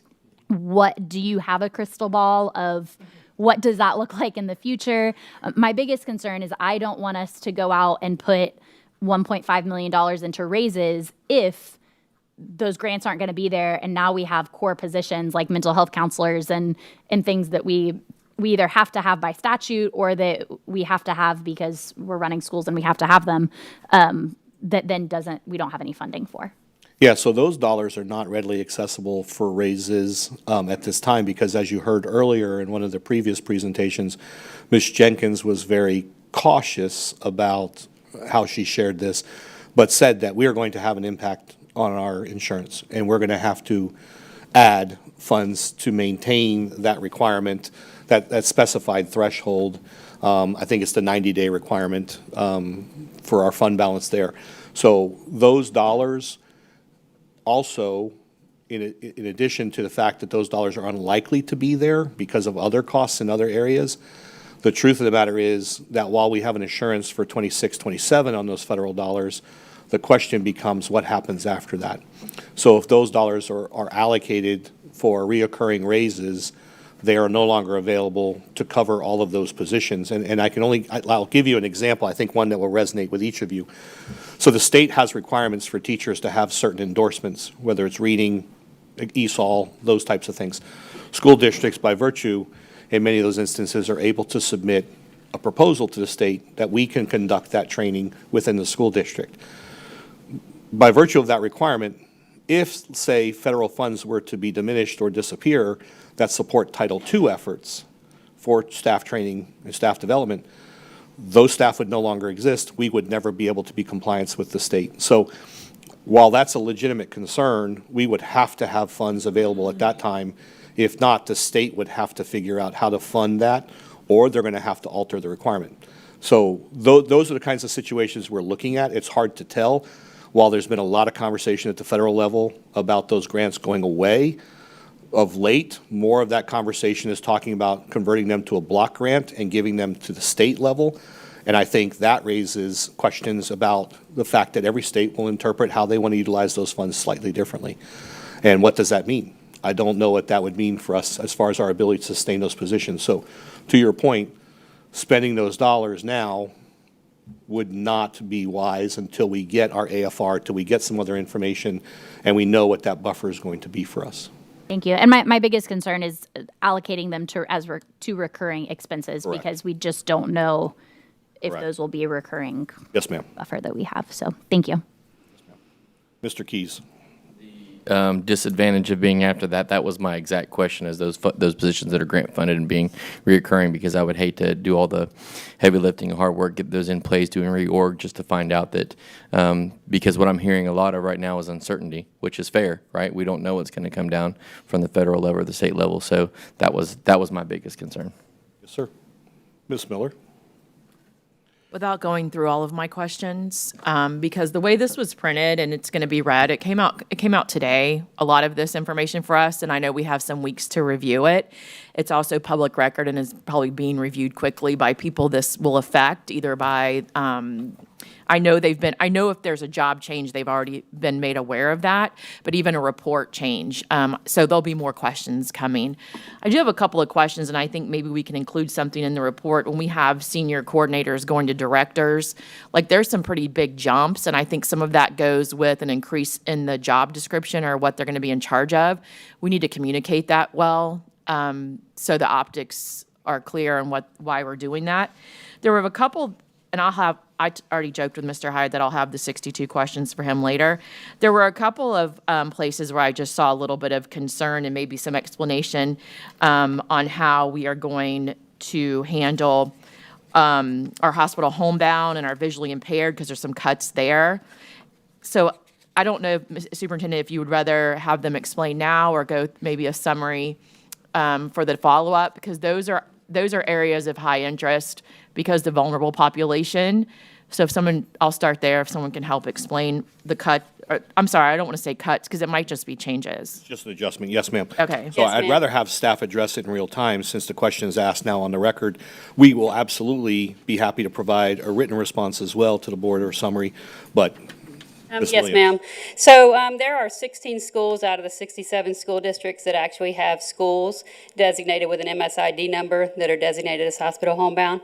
And in only 8 districts of the top largest districts, there are only 4. So like the largest districts, Miami-Dade and Broward, they actually have it as programs. The reason that we are shifting and making sure that we address this with a program instead of a school is to make sure that we're being fair to our families, and they're not having to come back for multiple IEP meetings. And so we're trying to make sure that it's a smooth process as we transition in and out of school. And then we'll also work more effectively with the actual zone schools.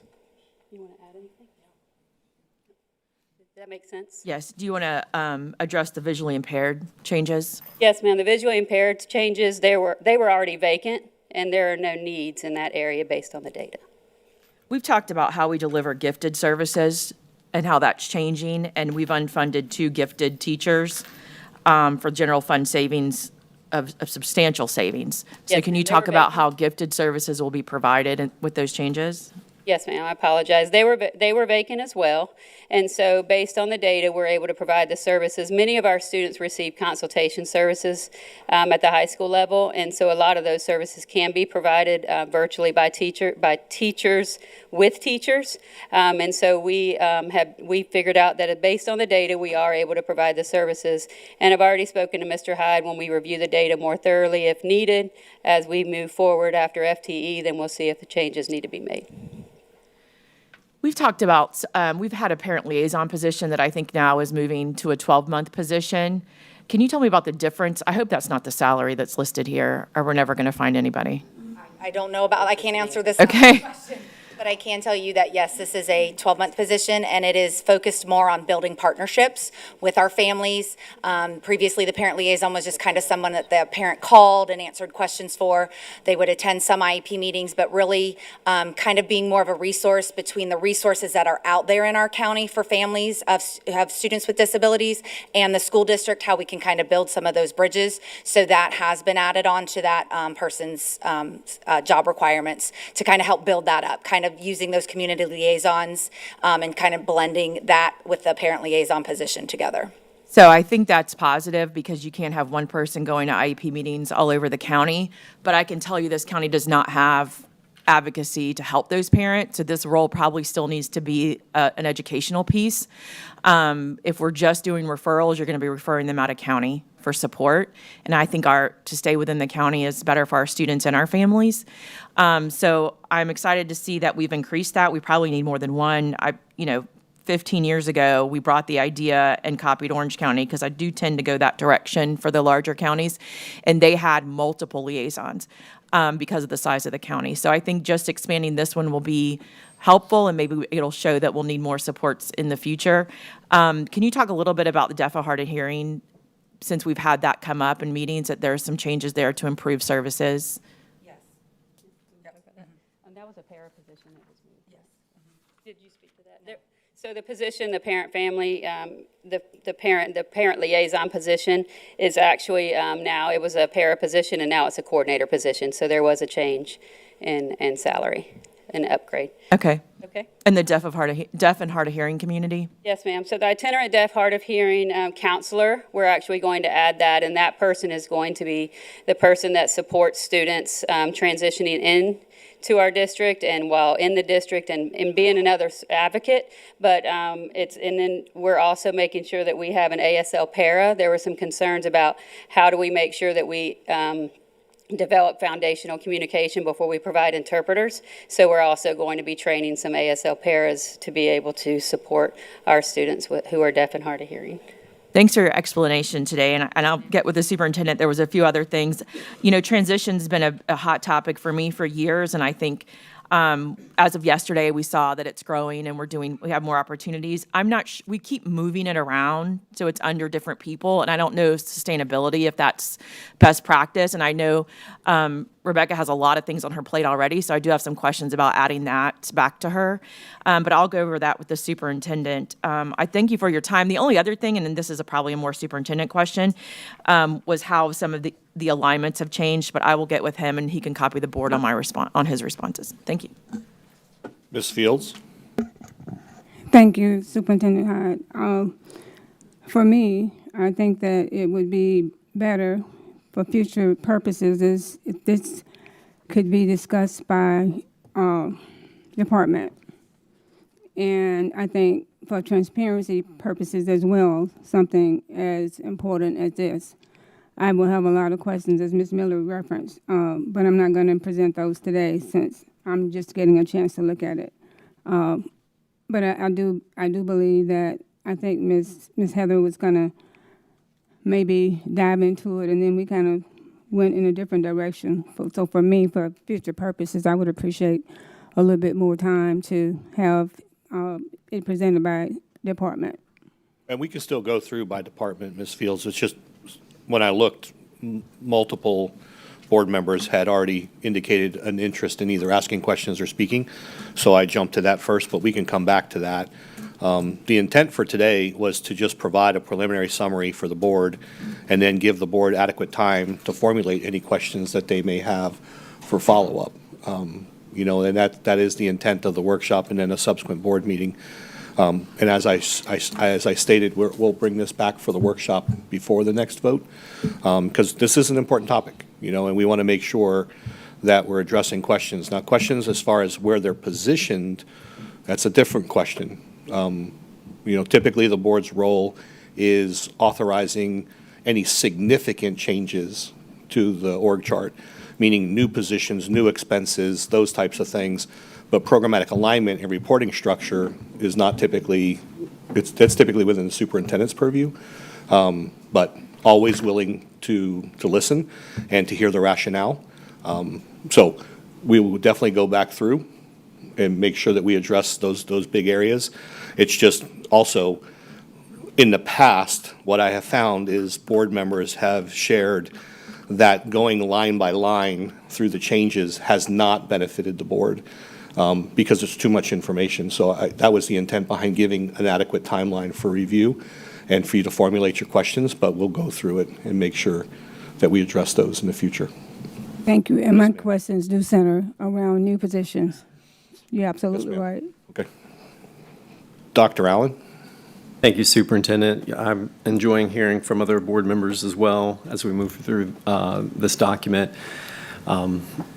One that just stuck out to me, and obviously we just got this recently as well. We didn't really have a lot of time to evaluate, but seeing that, you know, there's a reduction of 1.4 mil in the general, and then we're seeing about 2.2 mil that's grant funded. But then when I look at, and I mean, you can correct me in my interpretation, but I was, you know, I would love to hear your thoughts on it in regards to which particular business unit, in a sense, that we're placing more attention. So, for example, I'm looking through, just sort of sifting, and where do we see the highest count of new positions? So, for example, I think that it's in discipline, but that could be wrong. So I'm seeing 9 new positions there. That one's got the highest budgetary at $2 million. So I would love to hear just some rationale of which particular area are we giving more attention this go round from your vision and so forth. So that's a tough question because everybody is needy. Every department expressed a need. Yeah.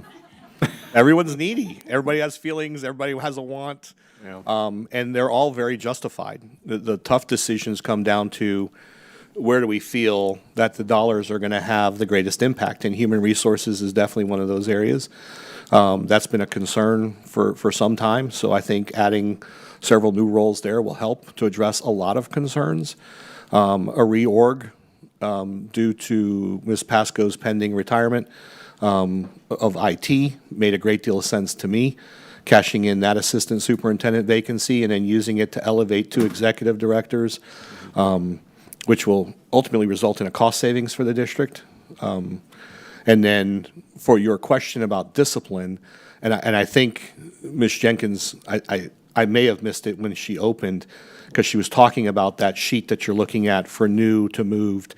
A lot of those new positions are positions that are now being covered by grant funds, if I understood our conversation previously correctly. So they're not new positions per se, but a lot of our truancy officers, in fact, the bulk of our truancy officers that are having an impact on student attendance and chronic absenteeism, that grant's expiring. So we had to move them over, and we covered them through another area. So as far as emphasis, everything aligns to our strategic plan goal areas. And then we did look at workload. We absolutely looked at volume. Dr. Anthony's department, where he deals with all of the ADA issues, employee complaints, EEOC complaints, those types of things, that when you look at how small that team is, and you look at the volume, and I'll be happy to provide the board with that data because Dr. Anthony has provided it previously. That's how we go through that evaluative process to determine where the need is, whether or not they need another investigator, whether or not they need an elevation in position. And to Ms. Miller's point, yes, there are going to be times where a position change is warranted, and it seems like a larger jump, but that's not uncommon for us. In years past, in fact, just 2 years ago, when we really worked hard to address secretaries and others, it was not uncommon to see 16, 18, 22% changes because we were right-sizing. We were adjusting them, bringing them where they should have been. So there's a lot that goes into that question.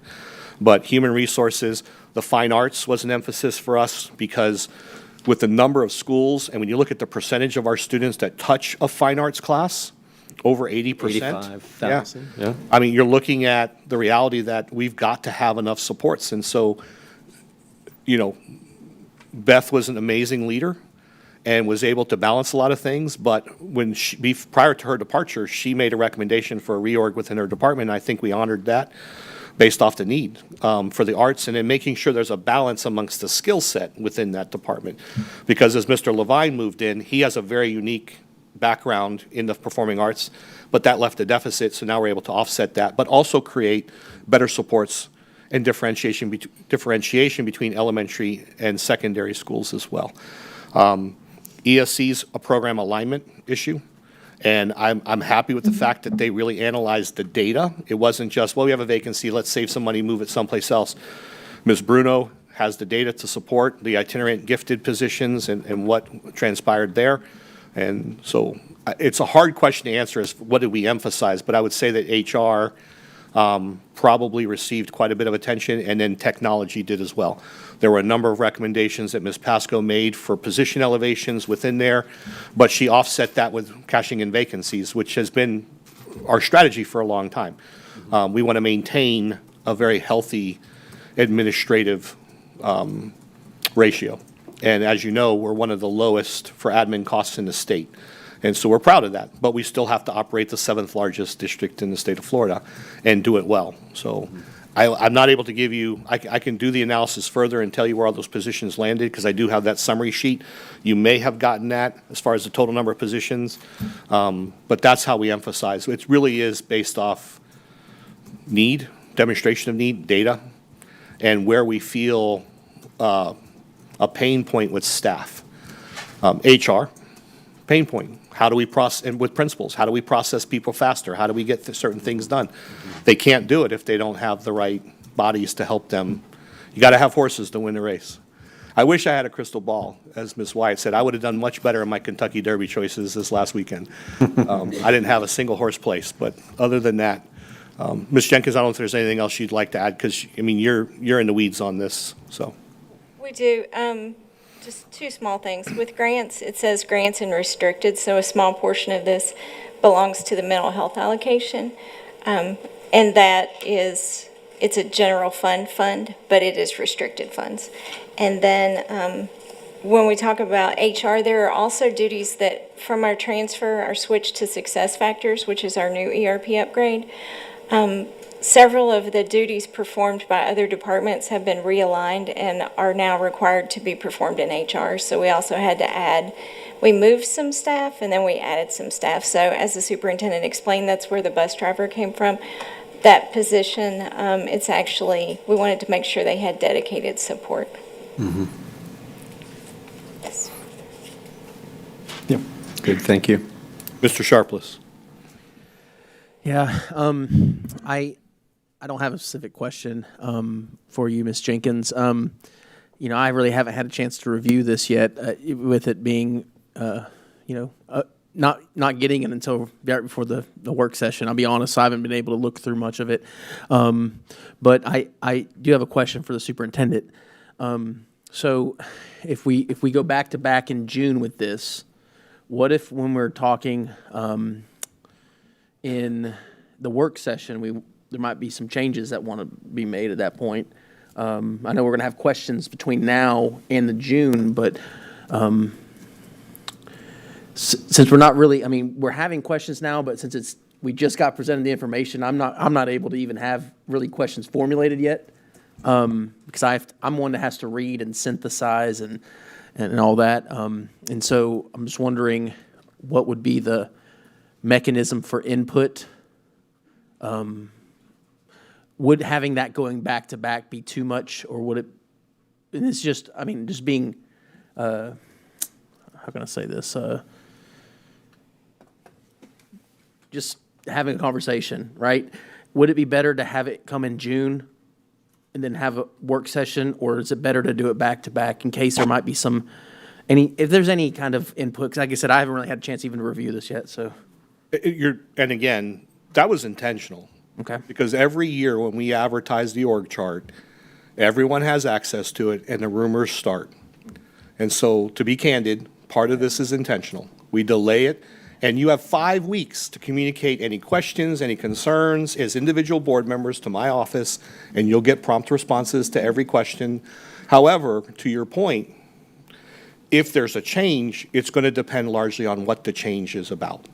Because the board has a certain level of purview when it comes to the org chart, and so do I. So it depends on where that change or recommendation or request is going to come from. Gotcha. And this is another part of my concern. So the questions we have after this, we're going to be emailing to you, and you're going to email it. None of that's happening at a public forum, right? And so we're not asking those questions with the camera on us, so to speak, right? And so maybe it might be a good idea at our June work session to go over some of those questions, and maybe we might even reiterate some just so the public could see it. Because I want to make sure that we're just being transparent, that's all.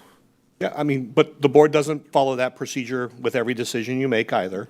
But respectfully, if that's the request of the board, we can try and compile an FAQ document and attach it so that the general public can see that. I think that would be helpful, Superintendent. If that's the will of the board. All right, that's my only comment. Yes, Ms. Wyatt. Oh, I actually forgot I pressed my button, but that was exactly my comments that Mr. Sharpless had. Was I totally understand waiting to attach it, because of course as soon as it's attached, rumors go flying and there's no opportunity to get out the messaging before. But it does make it difficult for us to we don't get to ask our questions publicly or if we have concerns about something, to voice those to our colleagues until 2 hours before we have to vote on it. Years ago, staff met with us one-on-one before the board meeting, so it wasn't attached, and we could get to see it and get a little bit just have time to formulate our questions before coming to this work session. Luckily, I didn't have any meetings this morning, so I was able to do a little bit deeper dive than I know some. But so that, just for what it's worth, I think that was really helpful previously. While I appreciate having a ton more time this time, it just is. This is a big decision. I mean, it's a big topic. I would remind the board members that you have the right to pull an item from the agenda as well. So if you feel that your questions haven't been addressed, or you'd like to spend more time in the public with this item, that's your purview. I think that respectfully, I think the concern is more, we don't want to delay something, or at least I as one board member, I don't want to delay something that if we had gotten it a week earlier, we could have gotten it before July 1st when those contracts start that's just what my comments were. So to your point, you felt that those one-on-one meetings, you were not able to take away any documents, or you were? I don't know that, I honestly don't remember if we did or not. Okay. I don't love paper, so I probably didn't hold on Well, to we it. would, But I would not support that from my staff perspective. absolutely. Because if the information is being kept confidential until conversations and everything can be concluded, then that defeats the purpose. The hardest thing to find in Polk County is a secret. I know that's your new favorite line. I love it. But it's true. Yeah. But it's true. And that's not because people are disingenuous, or it's just human nature. People have information to share and they share it. So I would, if that's the process the board would like moving forward, absolutely, we can do that. And we would give you some dates and times when staff are available and try and make it as conducive to your schedules as possible. Well, and even I know this meeting is usually a week later, and just based on how the calendar fell, that if all of the conversations you had were concluded by yesterday and we had that week buffer that can get that information after everybody's already been made aware this is what is being proposed. Sure. I certainly don't want to find out about a proposal before someone that it would be affected. And I understand, that's always just in our world. We can't tell you until we voted on it, but we vote on it in a public meeting. So it becomes, everybody finds out at the same time. But it just is helpful to be able to prepare questions to have more in-depth conversation and not let anything slip through the cracks. We'll make note of that for next year for the timeline. Thank you. And then to Mr. Sharpless's question, I'll defer again to the board because I didn't hear any follow-up to that as far as providing an FAQ that summarizes your questions that could be attached at the next workshop. I heard you and Mr. Sharpless, but I've not heard anyone else. And I'm not. I think. Okay. Ms. Miller. Thank you. For the record, I think that would be good use to have that FAQ. And this is mainly about a timeline, because I do agree that we probably should get this, but if you were still having meetings as of yesterday, that wouldn't have given us time. So planning, and I don't know the time frame when you need to have this completed to pull something and delay it.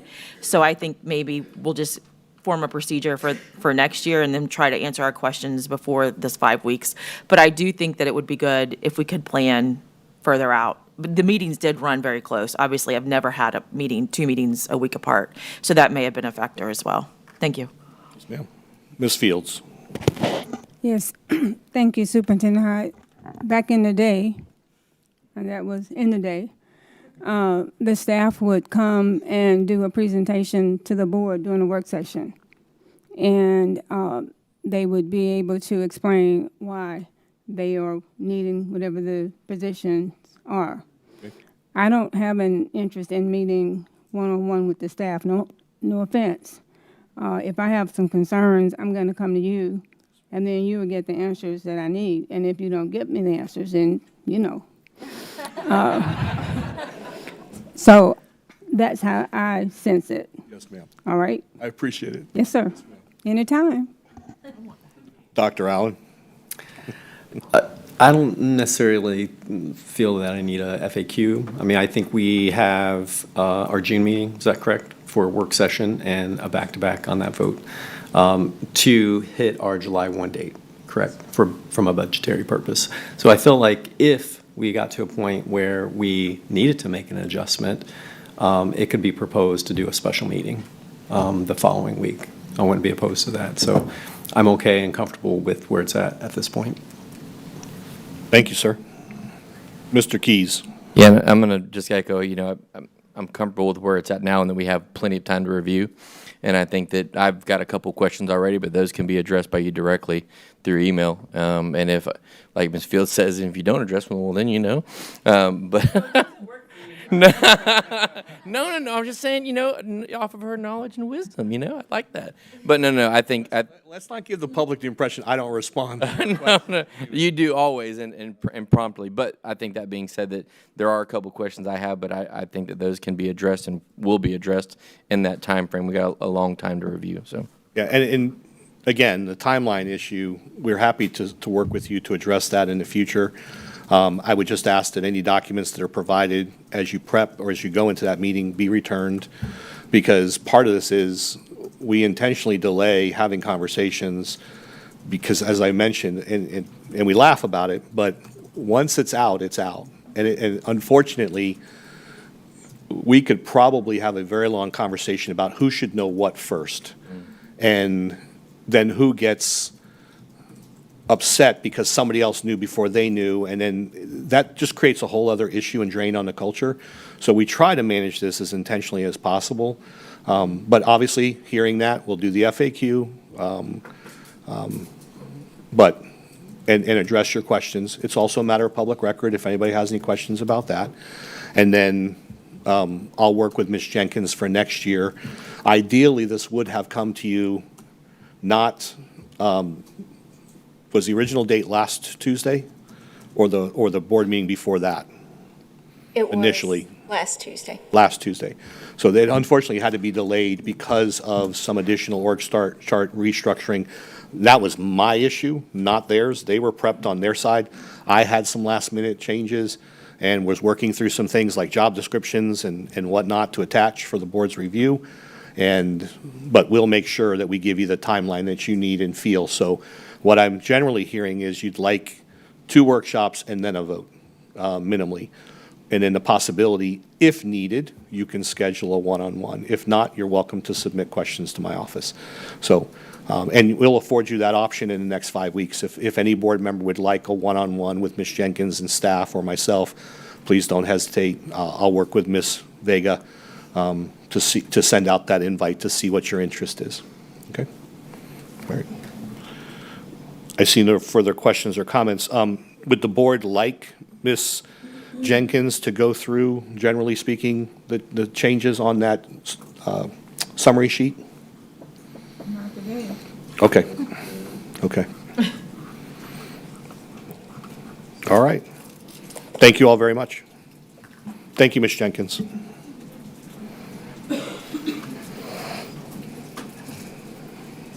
Mr. Chair, the next item is the donation report.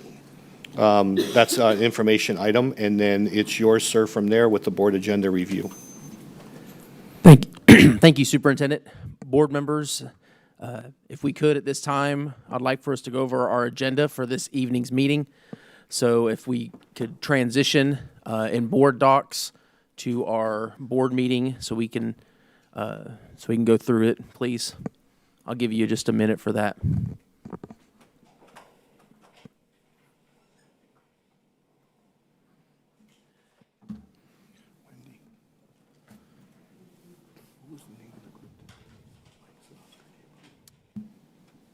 All right, are we all good now? Okay, so I'm going to go through by sections. If you have any questions, please request to speak. So on sections A through E, we'll have, prior to, Dr. Allen, it was an email, you will be saying the invocation. Okay, and then during special recognitions, Board Member Wyatt will be stepping down. Are there any questions on A through E? Seeing none, how about F through K? F through K. About L through N?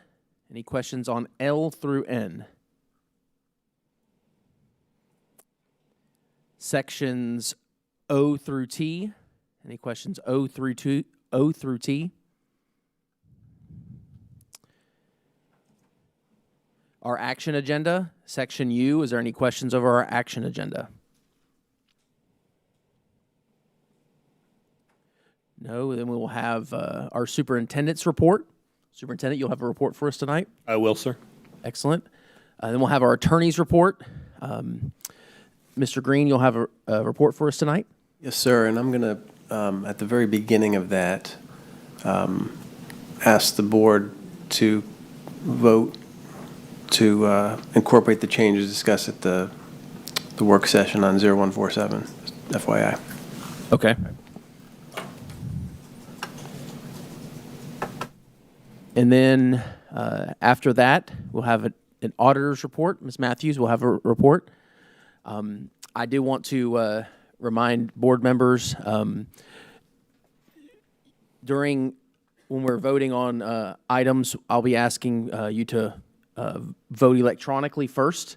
And then once I have the green light from Ms. Winchester that we've all voted electronically, then we'll go to a voice vote for the public.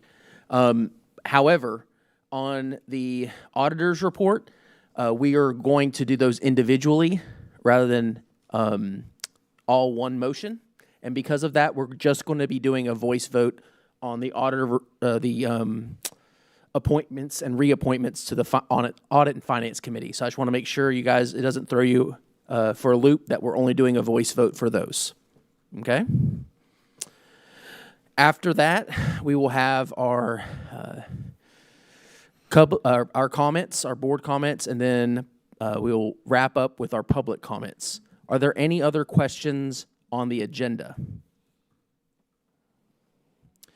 Okay, seeing no questions, we will please transition back to the work session so we can go back to our agenda there. All right, the item of business, new business that we have here for the work session is the proposed amendment to Superintendent Hyde's contract. So, Mr. Green, can you please present this for us? Absolutely. So, as you recall, back on April 10th at the retreat, the superintendent made a presentation. He proposed various performance-related criteria.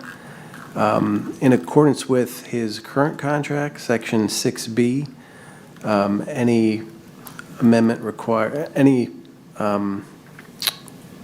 the contract requires that written performance-based increases be styled as an amendment, so that's the amendment you have before you. Mr. Hyde laid out the proposed performance-based increases of the criteria in the appendix, which is in your books or online. And he's suggested various reassignments and reallocations in that appendix, so for your consideration. Excellent. Board members, do we have any comments or questions about the amendment to the contract? If you do have any, please signify by joining the speakers list. Superintendent, you are now recognized. Yes, sir. I just wanted to clarify. When the board presented this as an option during my previous contract renewal, it was done so with the understanding that I'd be able to allocate this entirely to staff based off of measurable outcomes. And I've provided you with a list. Every single one of those is based off a measurable, discernible outcome. I'm reluctant to list them here because individuals will figure out this is a surprise for them. So pending the board's approval, we will surprise them this summer at the principals retreat and with their recognition. And board members, you've received what I believe is the final list of recommendations for allocations and awards. They're all equal, as you saw. And so just want to make sure we clarified that under no conditions am I accepting these dollars. They're being redirected to staff who are doing the work. I'm very pleased that there's also a couple entities that may be bringing some matching funds that will let us go deeper and expand the recognition opportunity, because that's what it is. This is a performance-based bonus. It's not just simply because we show up every day. It's based off student outcomes and the data. So very excited, and I thank the board for giving me that opportunity to recognize staff in that way. Thank you, Superintendent. Now recognize Dr. William Allen. Thank you, Chair Sharpless. I'll yield my question because you addressed it, what I was going to ask in regards to the presentation, but was happy to support this initiative. So it's great to see it unravel and an opportunity to honor the great work and those academic targets. I mean, this is things that you and your team work extremely hard to implement. As we discuss, we work through our retreats and look at those targets. So really excited about this opportunity. So thank you for the work that you and your staff has done. Thank you. Thank you, Board Member Allen. Now recognize Board Member Fields. Thank you. Ditto to Dr. Allen. And I just wanted to thank the superintendent for being selfless and thinking about others before yourself. That's what a leader does, but you know that. And thank you for recognizing folks that have gone over and above and beyond. And I'm sure that this will probably excite others to maybe step it up a notch if they can. Thank you. Board Member, are you done?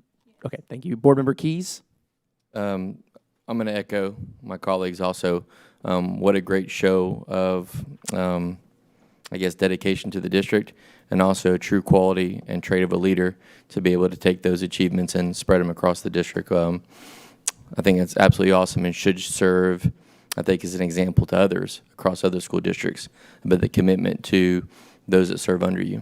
So I really appreciate it and commend you for it. All right, seeing no more questions, we will advance to our board member comments. These are comments about your liaison positions. Board Member Miller, you are now recognized.